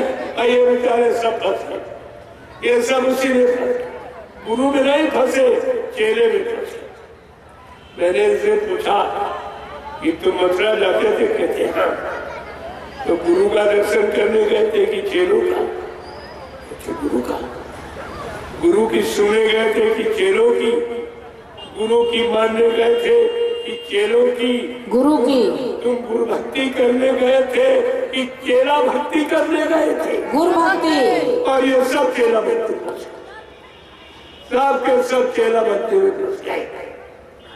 गोस्वामी जी महाराज ने उत्तरकांड में इसीलिए लिखा, 550 वर्ष पहले से जानकारी दे रहे कि कलयुग का जीव कोई भ्रमित न होने पावे, वो गुरु की महिमा से अलग न होने पावे। उन्होंने क्या लिखा कि गुरु बीन भाव निधि तरह ना कोई, और जो भी रांची शंकर सब होई। कि कोई भी कितना ब्रह्मा विष्णु महादेव के समान धनवान बलवान बुद्धिमान कीर्तिवान क्यों न बन जाए, लेकिन ये भवसागर बगैर समय के सदगुरु के कोई पार नहीं कर सकता। और वो गुरु जो नाम जहाज लेके आया वो पार नहीं चलेगा, ऐसे थोड़ी पार करके उठा फेंकेगा। जो भवसागर पार करने के लिए नाम नौका लेके आएगा। और बाबा जी ने आपसे कितना समझाया कि बच्चा, मैं जय गुरुदेव नाम का इतना बड़ा जहाज लेके आया हूँ, अगर सारी दुनिया मेरे जय गुरुदेव नाम के जहाज पर सवार हो जाए तो मेरे जहाज का एक कोना ही बनेगा। तो क्या जहाज खाली लौट गया? मैं आपसे पूछ रहा, क्या जहाज खाली लौटा के ले गए? अभी तो कोई जीवात्मा नहीं जगी, कोई नहीं सवार हुई, कोई घर नहीं पहुंची, अब तुम कहते हो ले जाने वाला पहुंचाने वाला चला गया। इतना भी तुम्हारे अंदर सूझनमनी है कि संतों के वचन कभी झूठ कभी मिथ्या नहीं होते। इसलिए पहले गुरबाणी में लिख दिया गया कि किसी को संतों पर, उनके वचनों पर कोई शंका ना हो। संत वचन पलटत नहीं, पलट जात ब्रह्मांड। चाहे ब्रह्म अपनी ब्रह्मांड की रचना में तब्दीली बदलाव क्यों न करते, लेकिन संत जो कहेंगे वो करके दिखाएंगे। संतों की जबान दस्तावेज होती, जिसको यूनिवर्सल ट्रुथ कहते हो, अकाट सत्य, कोई नहीं काट सकता। ये सब विचारधारा आपने रखनी चाहिए, लेकिन आपने ये सब भुला दिया, तुम्हारे पास कुछ नहीं बचा, कुछ भी तो नहीं बचा। गोस्वामी जी महाराज रामचरित मानस इसीलिए लिखी कि कलयुग का जीव गुरु के बारे में, संतों के बारे में, सदगुरुओं के बारे में कोई भ्रम शंका संदेह में न चला जाए। 550 वर्ष पहले से और हर हिंदू के घर में लिखे रखा था, तुमने फिर भी उसका प्रयोग नहीं किया। उसने ये सब लिखा होगा, उन्होंने सब लिख के रखा कि कोई भ्रम, कोई भूल, कोई संदेह, कोई शंका किसी में ना हो, क्योंकि गुरु कोई आदमी इंसान का नाम नहीं है। गु माने रूप अंधकार, रू माने प्रकाश। जो सदरी अंधकार से प्रकाश की तरफ, अधर्म से धर्म की तरफ, पाप से पुण्य की तरफ, झूठ से सत्य की तरफ, दानवता से मानवता की तरफ हम सब जीवों को जगा करके और लेकर के खड़ा कर दे, ऐसी जागी हुई मूर्ति का नाम गुरु है। उसे गुरु कहते हैं। गुरु कोई जात पात, गुरु कोई पढ़ा लिखा ही, ये कुछ नहीं। और आपने गुरु नहीं समझ पाया, गुरु की महिमा नहीं समझ पाई। मैंने इनसे और पूछा, आप परिवारदार, बाल बच्चेदार और सत्य बोलना कि आप लोगों ने नामदान गुरु महाराज से लिया या किसी चेले से लिया है? गुरु महाराज से। गौर से बोलो। गुरु महाराज से। आप लोगों ने नामदान गुरु महाराज से लिया या किसी चेले से लिया है? गुरु महाराज से। आपका हाथ गुरु महाराज ने पकड़ा या किसी चेले ने पकड़ा है? गुरु महाराज ने। आपकी जीवात्मा को जगाने का, परमात्मा से मिलाने का और जीवात्माओं को निर्धाम पहुंचाने का वादा ये गुरु महाराज का है या किसी चेले का है? गुरु महाराज का। फिर ये काम कौन कर देगा तुम्हारा? अरे गुरु को छोड़कर जिनके पास गए उनसे पूछो, क्या तुम हमारी जीवात्मा को जगा सकते हो? क्या परमात्मा से मिला सकते हो?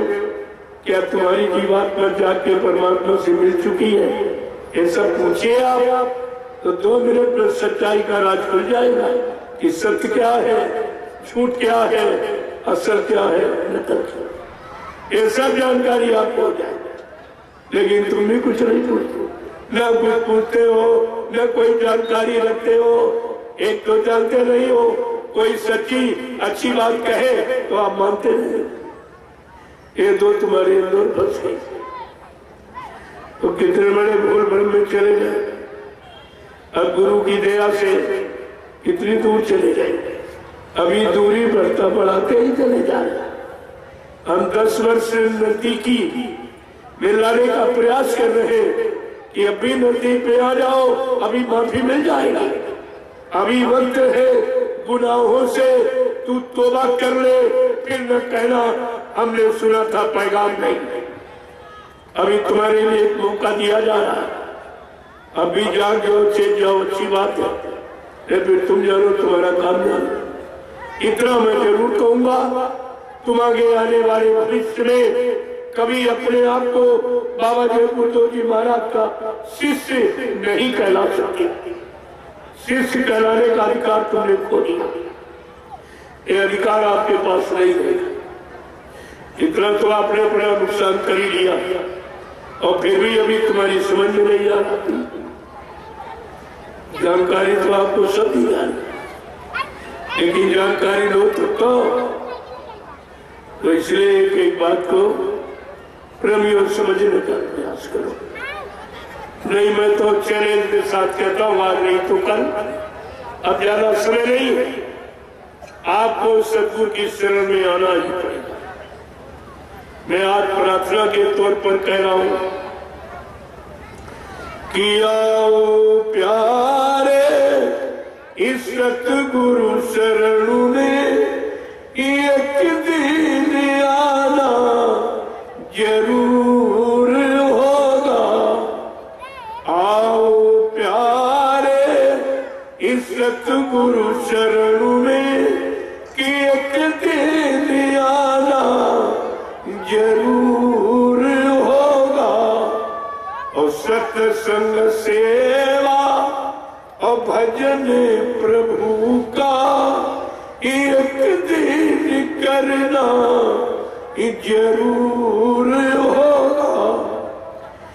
भूल भरम में एक जन्म गमाया और सुख शांति को कहीं भी न पायो। ये जग स्वार्थ इका परिवार एक दिन कहना जरूर होगा। आओ प्यारे इस सतगुरु शरण में एक दिन आना जरूर होगा।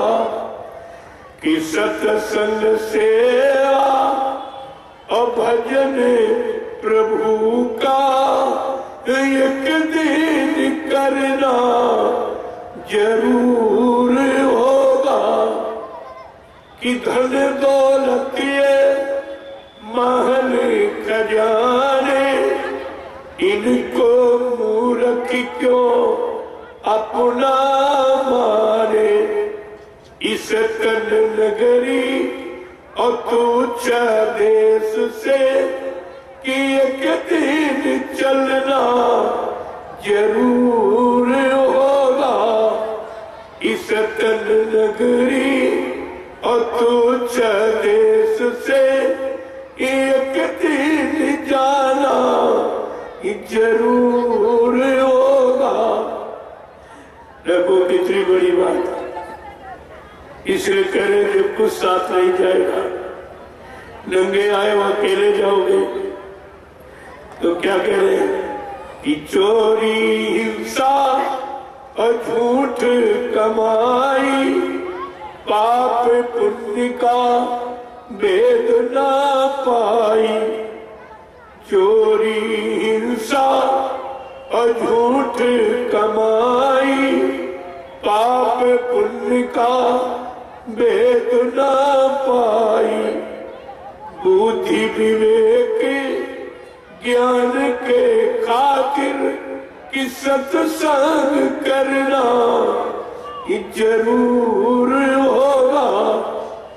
प्रेमियों, अगर मानव बुद्धि में विवेक ज्ञान पूजा पाठ तीरथ व्रत दान गंगा स्नान से आ जाता तो सब ज्ञानी हो जाते, सब विवेकी हो जाते, सब जानकार हो जाते, सब पुण्यात्मा हो जाते। इसलिए महापुरुष क्या कह रहे हैं कि बुद्धि विवेक ज्ञान के खातिर कि सत्संग करना जरूर होगा।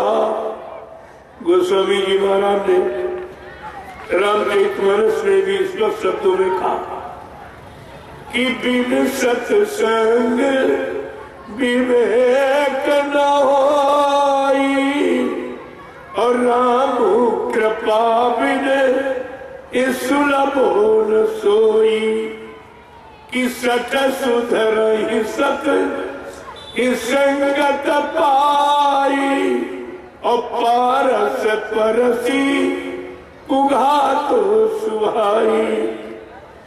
कितने साफ शब्दों में आपने लिखा पड़ी सब घरों में रखी तुम्हारी, लेकिन तुमने उसमें से कुछ नहीं लिया, अपने जीवन में कुछ प्रयोग नहीं किया। इस लाभ उस शिक्षा के लाभ से आप वंचित हैं। क्या कह रहे हैं आगे? समझा के कह रहे हैं ये कलयुग है, ये संत महापुरुषों की दया जो कलयुग में आपको साधु नहीं बने, कोई दाढ़ी बाल नहीं बनाना, कोई लाल पीला कपड़ा, ये कुछ नहीं, ये कुछ नहीं। घर गृहस्थी परिवार में और खेती दुकान दफ्तर बिजली व्यापार मजदूरी सच्चाई ईमानदारी मेहनत से अपने बाल बच्चों को खिलाओ। जब सच्चाई ईमानदारी मेहनत की कमाई खिलाओगे तो तुम्हारे बच्चे सच्चे ईमानदार त्यागी तपस्वी देश समाज के काम आने वाले होंगे। इसलिए ये इतना और आपको छोड़ के अंदर जंगल नहीं जाए। क्यों? कलयुग के लिए वर्जित है। कलयुग का जीव बहुत कमजोर है, उम्र समय आ रहने का बहुत कम है, मन की ताकत बहुत थोड़ी चीटी के बराबर ताकत, इसलिए तुम्हारा मन कुछ कर नहीं पाता। अब चीटी में कितनी ताकत होती, बस उसी तरह तुम्हारे मन में ताकत रहेगी। ये तो संत महापुरुषों का बल, उनकी शक्ति, आदेश पालन करके आप ले वचनों को मानकर, तब तो तुम्हारा मन बलवान हो जाएगा। ऐसे तो बहुत कमजोर है। इसलिए महापुरुषों ने कहा घर गृहस्थी परिवार में बाल बच्चों की देख रेख करना, ये तुम्हारा गृहस्थी धर्म है। आए गए का अति सत्कार, ये गृहस्थी सच्चा धर्म है। और मतलब यानी इसलिए समझा के क्या छोड़ना, क्या फिर छोड़ना कलयुग में ऐसा नहीं है। क्या छोड़ना है? ये जो तुम्हारे मन को विकृत किए, मन को हमेशा खराब करते रहते, उन दुश्मनों से मन को बचा के रखना। मन के दुश्मन कौन है? कि काम क्रोध मद लोभ को छोड़ो, ईर्षा राग से मन को मोड़ो। काम क्रोध मद लोभ को छोड़ो और ईर्षा राग से मन को मोड़ो। ईश्वर प्राप्ति अगर जो चाहो, अगर ईश्वर की प्राप्ति करनी है, खुदा का दीदार करना है, तो कौन कराएंगे? ईश्वर प्राप्ति अगर जो चाहो तो सतगुरु करना जरूर होगा। ईश्वर प्राप्ति अगर जो चाहो तो सतगुरु करना जरूर होगा। आओ प्यारे इस सतगुरु शरण में एक दिन आना जरूर होगा। सत्संग सेवा और भजन गुरु का एक दिन करना जरूर होगा। जय गुरुदेव।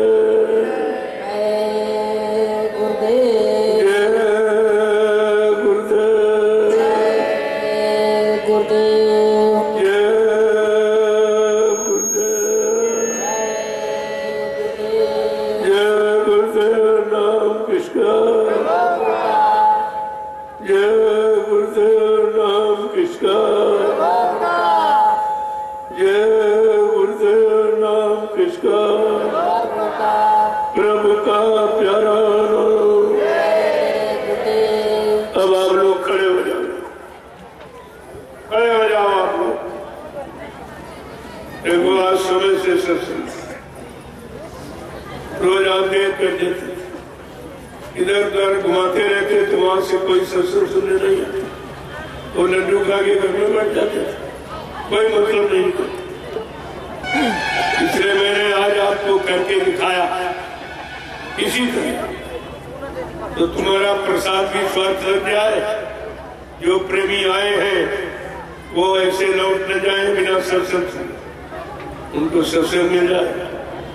जिनके लिए कार्यक्रम रखा गया, लेकिन तुम सब अपनी मनमानी क्या करते हो, और मनमानी में अपना भी नुकसान करते हो और तमाम जीवों का नुकसान करते हो, और बात को सोचते नहीं।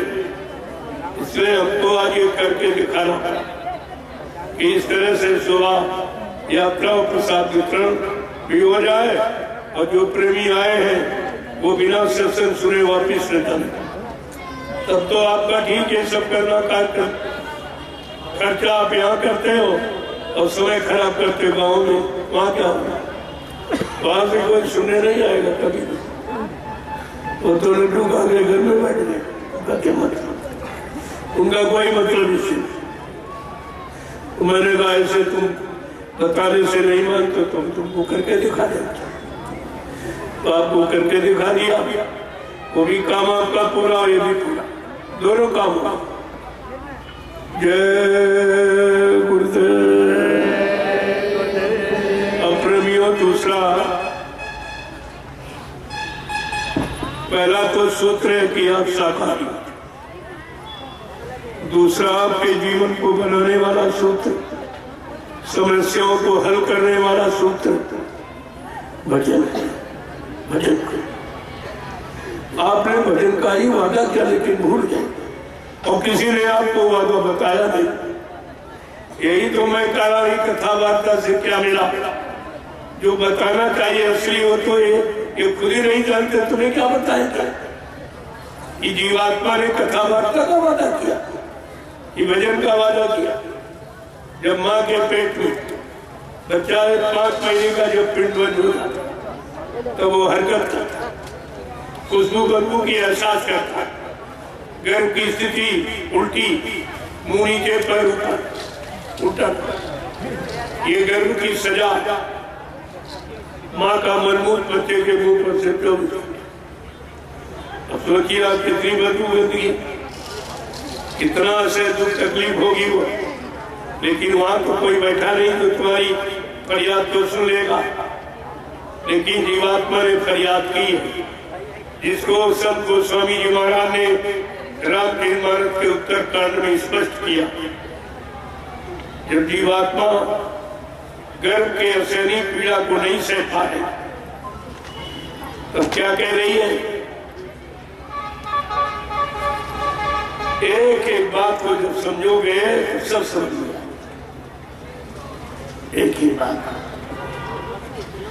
बड़े स्पष्ट शब्दों में वो प्रार्थना करें कि अब प्रभु कृपा करो यही भांति, और सब ताजी भजन करबू दिन राती। ये हमारी आपकी सब की जीवात्मा ने यही बात, हिंदू मुसलमान कोई हो, सब माँ के घर में यही वादा किया, हे प्रभु हमारे पर कृपा कर। ये प्रभु शब्द क्यों आया? राम का, कृष्ण का, हनुमान, शंकर, देवी देवताओं का नाम नहीं आया, उनकी प्रार्थना नहीं बताई गई।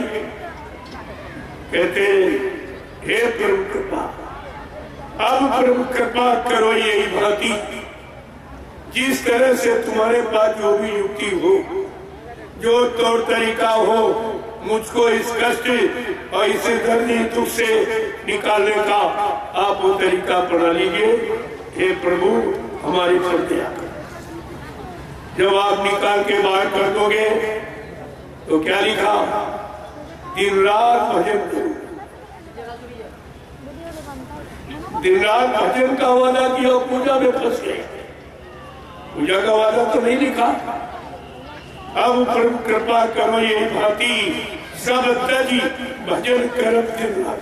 सब छोड़ छाड़ कर मैं आपका भजन दिन रात और तुमने भी शुरुआत की।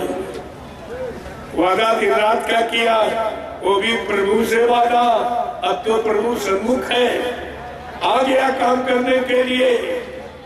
तो आपको तो सोच समझ के प्रार्थना करनी चाहिए। आप प्रभु कृपा करो ये भांति सब सच भजन करब दिन रात सब छोड़कर आपका भजन करो।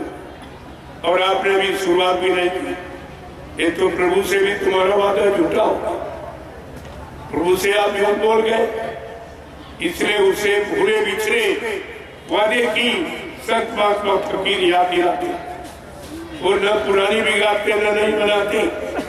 जो भूल चूक त्रुटि गलती कोई फाट हो जाती उसी को ठीक कह रहे। अब तुम बचो। गोस्वामी महाराज ने और लिख दिया और तुम सब जगह जब मैं घूम रहा हूँ बराबर देख रहा हूँ रामचरितमानस का अखंड पाठ हो रहा। और संपूर्ण में क्या कहते हैं, सारी रात चिल्लाते और मतलब बेचारे कुछ नहीं कहते। पूरी रात चिल्लाते प्रभु की कृपा भयो सब काजू और जन्म हमार सुफलवाद। कि प्रभु की कृपा होगी तब ये मानव जीवन सफल होगा, नहीं तो सफल होने वाला नहीं है। तो प्रभु नाम का प्रचार कहाँ हो रहा, प्रभु की कृपा हिंदुस्तान में कहाँ हो रही है। और नैमिषारण्य 88,000 तपोभूमि पर प्रभु नाम का ही प्रचार हो रहा और प्रभु नाम से ही काम हो रहा, दूसरा कोई काम हुआ नहीं। ये सब आपको जानकारी रखनी चाहिए। इसलिए गोस्वामी महाराज ने स्पष्ट कलयुग के जीवों से प्रार्थना किया। क्या कह रहे हैं, मतलब आपको क्या करना है, यही तो हमें क्या करना है। कहते प्रभु का भजन, प्रभु का भजन। बगैर भजन के कोई कष्ट मुसीबत बीमारी महामारी और दुख तकलीफ और लड़ाई झगड़े और दैवी प्रकोप और दुर्घटनाएं अकाल मौत ये जाने वाली नहीं। बड़े साफ था, लेकिन बात आपकी समझ में आ रही तो इसीलिए महापुरुषों ने कोई चीज छोड़ी नहीं है जो आपके हित के लाभ की कल्याण की न बताई। अब तुम्हारे समझ में आ जाए तो इसीलिए तुम आपको बार बार कहते कि प्रभु का भजन सब करो धीरे धीरे। प्रभु का भजन सब करो धीरे धीरे। प्रभु का भजन सब करो धीरे धीरे। प्रभु का भजन सब करो धीरे धीरे। मिले शांति मन को तभी धीरे धीरे। मिले शांति मन को तभी धीरे धीरे। कि हीरा जन्म ये अमोलक मिला है। हीरा जन्म ये अमोलक मिला है। व्यर्थ में खो रहे वो इसे धीरे धीरे। व्यर्थ में खो रहे हो इसे धीरे धीरे। प्रभु का भजन सब करो धीरे धीरे। प्रभु का भजन सब करो धीरे धीरे। विषय वासनाओं में पागल बने हो। विषय वासनाओं में पागल बने हो। दमन इंद्रियों का करो धीरे धीरे। दमन इंद्रियों का करो धीरे धीरे। दमन इंद्रियों का करो धीरे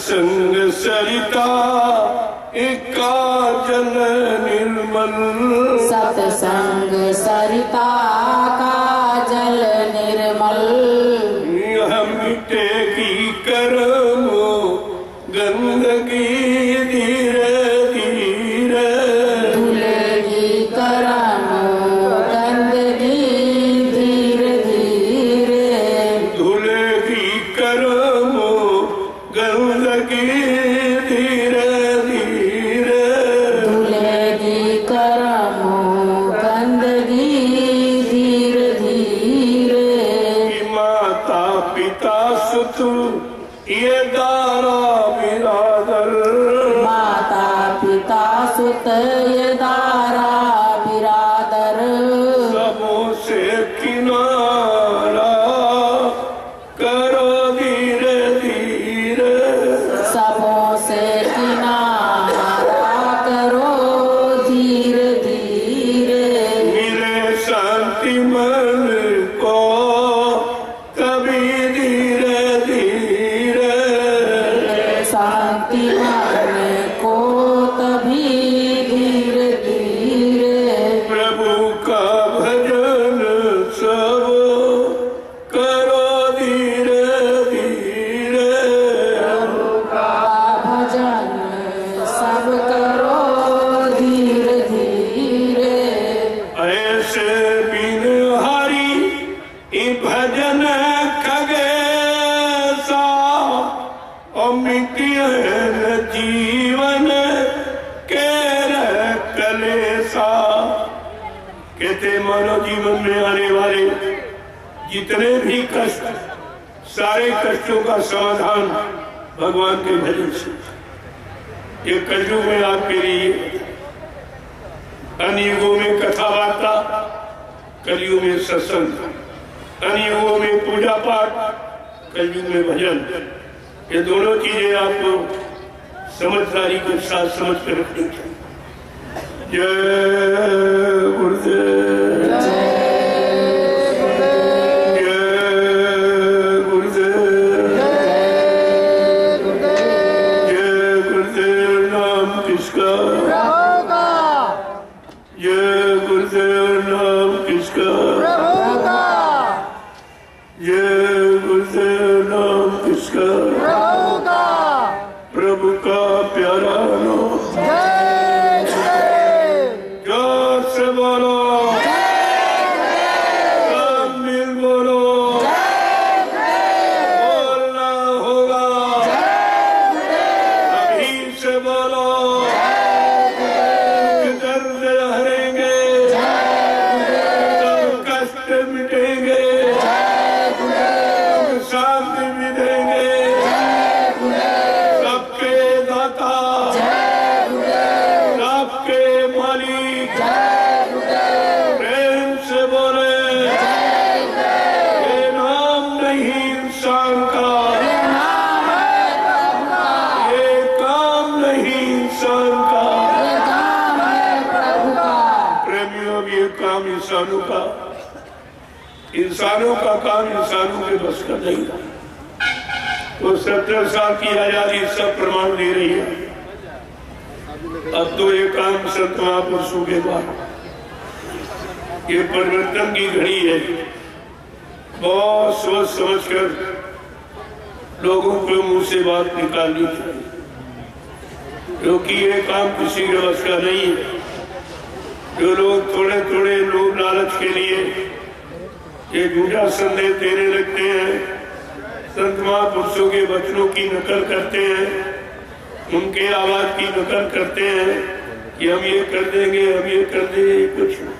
ये कुछ होने वाला किसी से नहीं। इस धोखे में आप मत रहिए, कोई कुछ नहीं कर। बाबा जी ने पहले कह दिया, ना मेरा काम कोई कर सकता, ना हमको अपने काम से कोई रोक सकता। इस बात को आपको गांठ पे बांध देना चाहिए। ये काम किसी के होता। अब आपको मौका मिला है, आप सब परिवार सहकारी हो जाए और भजन करें। बस 2 काम आपको, इसी दोनों काम में तुम्हारा भला, तुम्हारा कल्याण हो। इसलिए इस पर थोड़ा सा ध्यान ये आपके बिहार में लगातार 2 महीने का तूफानी दौड़ा आई। एक काफिला पूरे बिहार में भ्रमण कर रहा है और सबको शाकाहारी बनने की प्रार्थना कर रहा है। और घर गृहस्थी में जब कोई काम न हो, खेती, दुकान, दफ्तर, बिजली, व्यापार, मजदूरी का, बाल बच्चों की सेवा का, सोने के पहले, भोजन के पहले, शाम को 1 घंटा इसी मनुष्य रूपी मंदिर में परमात्मा का आत्मा से भजन, इसी जिस्मानी मस्जिद में रूह से खुदा की इबादत। ये अगर काम करने लगो आप तो सब बिगड़े काम आपको ठीक, कुछ आपको करने की जरूरत नहीं। और केवल इतना अब अपना ले, आपका काम बन जाएगा। अब आप लोग महाप्रसाद हैं, जो हिंदुस्तान में कभी किसी ने न दिया, न आज कोई दे रहा, न आगे देगा, इसे आप ले लीजिए। यही तो सत्यता की पहचान है। सारे आवाज लगा रहे हैं, लेकिन ये काम करके कोई दिखावे, प्रसाद देकर कोई भूत प्रेत या मतलब बीमारी कम कर दे, प्रसाद के लोगों को लाभ प्रदान कर दे, तो मान लिया जाए वो सच्चा प्रेमियों। सच्चाई तो सच्चाई, आज नहीं तो कल तुम कितना झूठा प्रचार करोगे। ये सारे प्रचार को जैसे हवा जब तालाब को काई ढक लेती है, पानी कहीं दिखाई नहीं देता, जरा सी हवा चली एक किनारे काई को समेट के कर देती। इसलिए प्रेमियों, ये सत्यता की आवाज ये अब चली है, ये सारी गंदगी और सारा झूठ समेट के एक किनारे कर दी। आपको इस पर विचार करना। इसलिए जो भी आपको बताया गया है, हर जगह कुछ न कुछ नया आपको मिलता। ऐसा नहीं कोई सब लोग दोहराए, आप कुछ तो वो है जो जरूरी है उसको भी बताए। इसके बाद कोई न कोई नया मोड़ आपके लिए जरूर है। जय गुरुदेव, जय गुरुदेव, जय गुरुदेव। देखो आप सबके लिए दूसरा लाभ है, झंडा गाड़ दिया। ये प्रभु नाम का जो है, प्रभु मदद करेगा और कोई नहीं। बाकी झंडे अपने अपने नाम, अपने मान सम्मान, अपने कुर्सी, अपने पद के झंडे, लेकिन ये झंडा प्रभु नाम का, सबके लिए। प्रभु सबका है, सबका मालिक, इसलिए सब, इसलिए झंडे से सबको लाभ। अभी आप कुछ लोग तब तक परिक्रमा कर ले झंडे, जय गुरुदेव नाम प्रभु का लेते हुए 21 बार, 51 बार, 101 बार, जितनी जैसी भारी जितना बड़ा जिसको प्रेत भूत लगा है उतने चक्कर आपको ज्यादा। लेकिन इस बात का ध्यान रखिए, जब झंडे के पास जाओ तो ये प्रतिज्ञा करो कि आज से मैं पूर्ण शाकाहारी रहूंगा, अन्य शराब को मांस मछली से दूर, निंदा आलोचना बुराई क्रिटिसाइज से दूर, दूसरे के धन स्त्री और पति से। ये परहेज है। अगर आप परहेज कर रहे, मैं दावे के साथ आपके बीच में कह जा रहा हूँ, ये झंडा आपकी पूरी मदद करेगा। ये जय गुरुदेव नाम प्रभु का, ये सब की मदद। कोई हिंदू मुसलमान हो, अगर दवा कोई अंग्रेजी हिंदी उर्दू भाषा की नहीं होती, दवा रोग के निवारण के लिए होती, उसमें आशा भाषा नहीं करती। इसलिए ये नाम जड़ी नाम औषधि है, आप इसका प्रयोग करेंगे परहेज के साथ, ये सब लाभ आपके पास। जय गुरुदेव। तब प्रेमी आप इसकी परिक्रमा करो। देखो आपको कुछ नहीं चाहिए मेरे साथ, न पहले कभी किसी से मांगा, आज मेरा था। लेकिन प्रेमी मांगते नहीं, कहते कि हम आपके साथ कैसे चले, इस काबिले का लाभ आपको कैसे मिले। जब काबिले का दर्शन करने से मनोकामना पूरी हो रही, जो लोग इस काबिले में तपस्या कर रहे हैं, रात दिन चल रहे हैं, उनको कितना लाभ मिलेगा। लेकिन हम घर गृहस्थी परिवार छोड़ के कैसे आपके साथ, हमने कहा अगर भाई चल सकते हो तो चलो। कहा नहीं, हम चाहते हमारी थोड़ी गाड़ी कमाई इसमें लगा दो तो हमको भी इसका लाभ है। हमने कहा अगर हमको तो नहीं चाहिए, अगर तुम्हारी कोई ऐसी इच्छा, ऐसा श्रद्धा सेवा भाव है तो मैं आपका लगा दूंगा इसमें, और जो बच जाएगा वो निशाना में रखिए, वो निशाना पक्का करिए आप।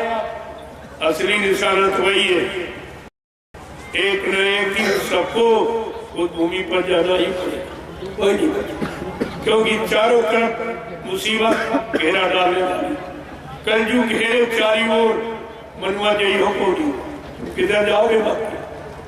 कलयुग ने पूरा घेराबंदी कराया, पूरी घेराबंदी कर दी, अब तुम निकल नहीं सकते कहीं से। इसलिए आज नहीं तो कल उधर तो आपको जाना ही पड़ेगा।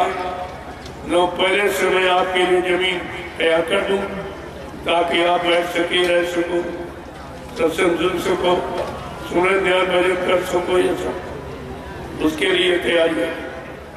और कितनी जल्दी दो आश्रमों का निर्माण, जब कोई सेवा नहीं मांगी गई तब, अगर सेवा कह दी जाती पता नहीं क्या होता, लेकिन जब उसी से काम चल गया तो हमें तो जरूरत है नहीं।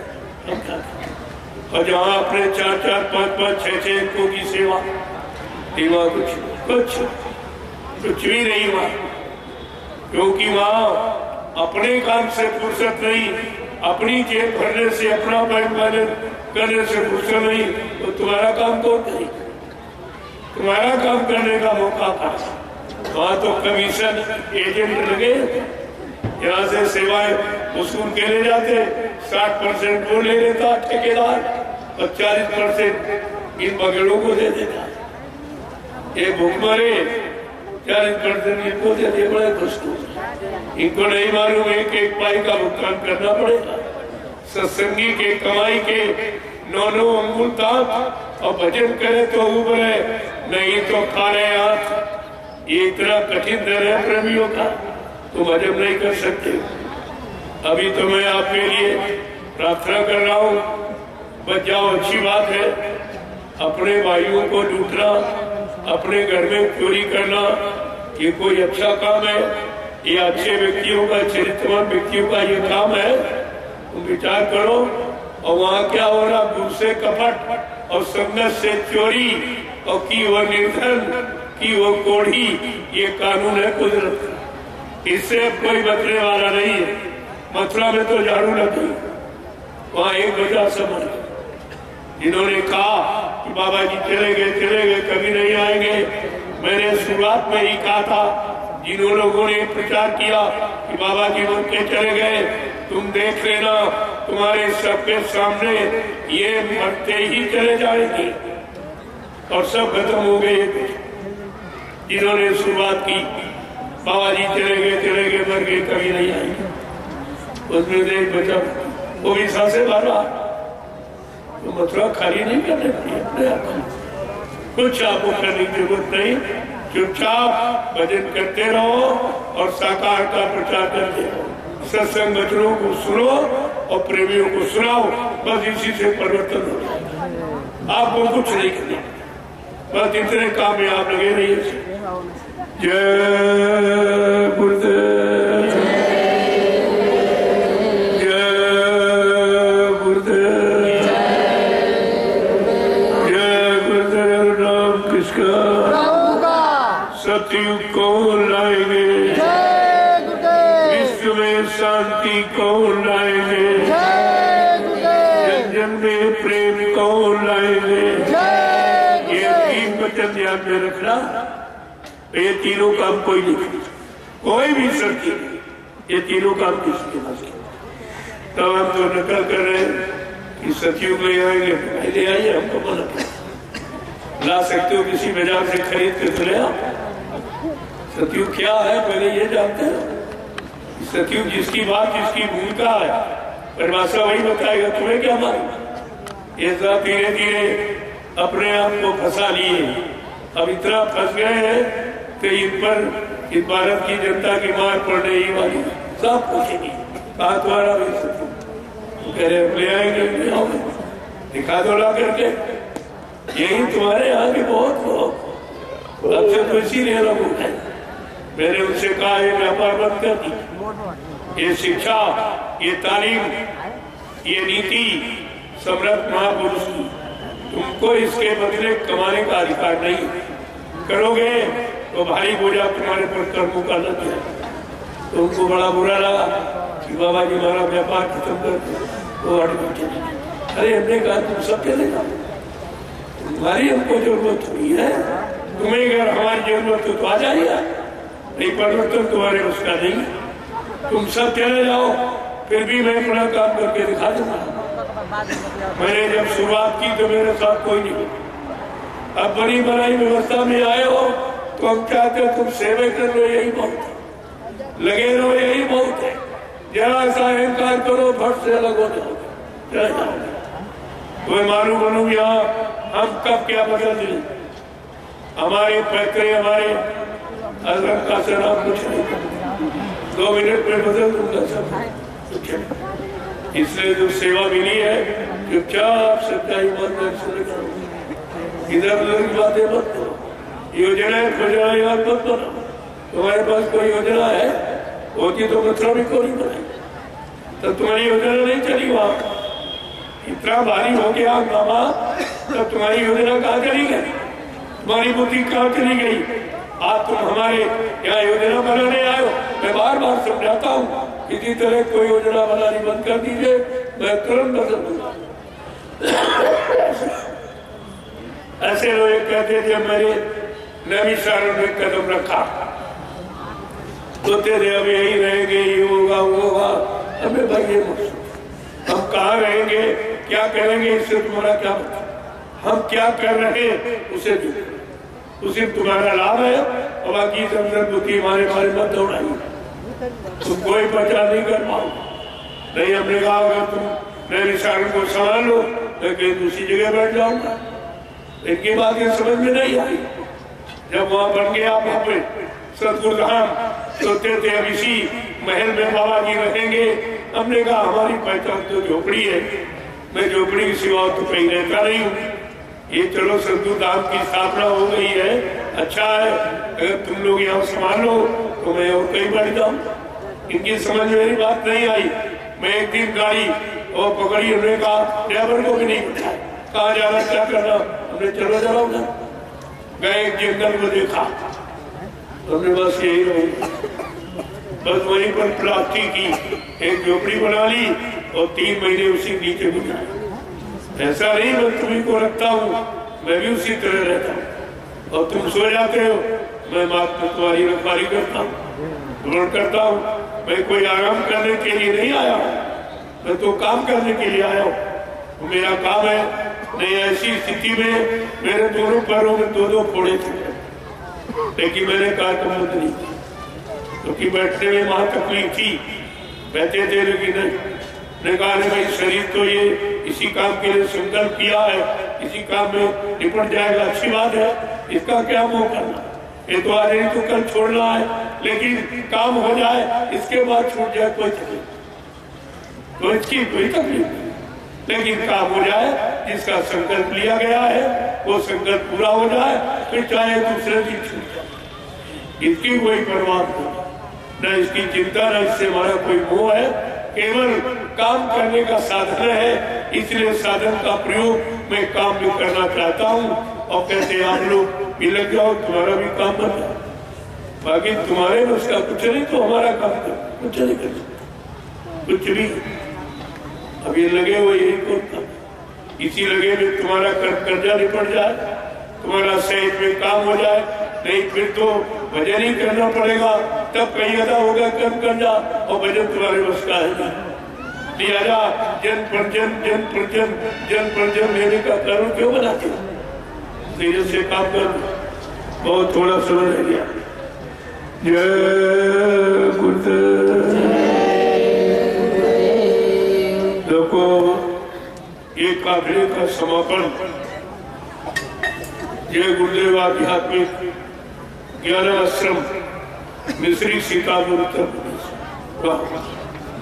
4-5 फरवरी 5 फरवरी को इसका समापन दिवस और उधर जय गुरुदेव आध्यात्मिक वैचारिक प्रचार समिति कार्यालय का उसका उद्घाटन और रविदास जी की जयंती 3 पर्व है 5 तो जिन प्रेमियों को शामिल शरीक होना है तो उसके लिए जानकारी दे दूं कि काफिले का समापन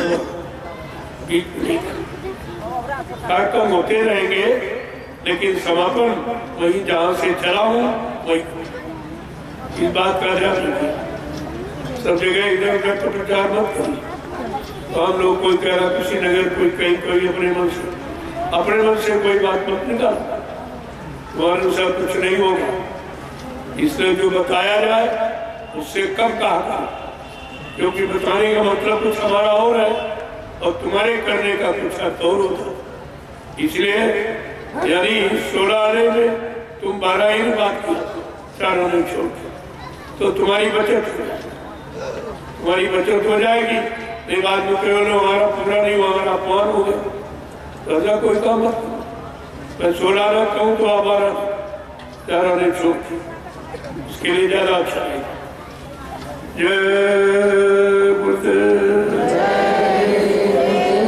अब आप लोग महाप्रसाद जो हिंदुस्तान में कभी किसी ने दिया नहीं, यहीं से हमारी सच्चाई प्रारंभ हो जाएगी। सब लोग जान जाएंगे भाई झूठ क्या है, सत्य क्या है, असल क्या है, नकल क्या है। न मैं कोई नकल करता और न करने का आदेश देता, इस बात को समझ लीजिए। मैं कोई नकलची नहीं हूँ, मुझे जो आदेश होता है मैं उसी का पालन करता हूँ। अब तुम्हें तो आदेश सुनाई नहीं देता, तुम्हें क्या मालूम क्या आदेश हुआ क्या नहीं। तो इसलिए कभी इस पर अपनी बुद्धि खर्च मत किया, उतना सोचो जितने सोचने के दायरे में तुम सुचारू रूप से खड़े रह सको। तुम ही घर गए भाग गए तो क्या बात नहीं, ऐसा सोचना तो व्यर्थ हो जाए। जय गुरुदेव। अब आप जरूर चलिए इस महाप्रसाद के लिए।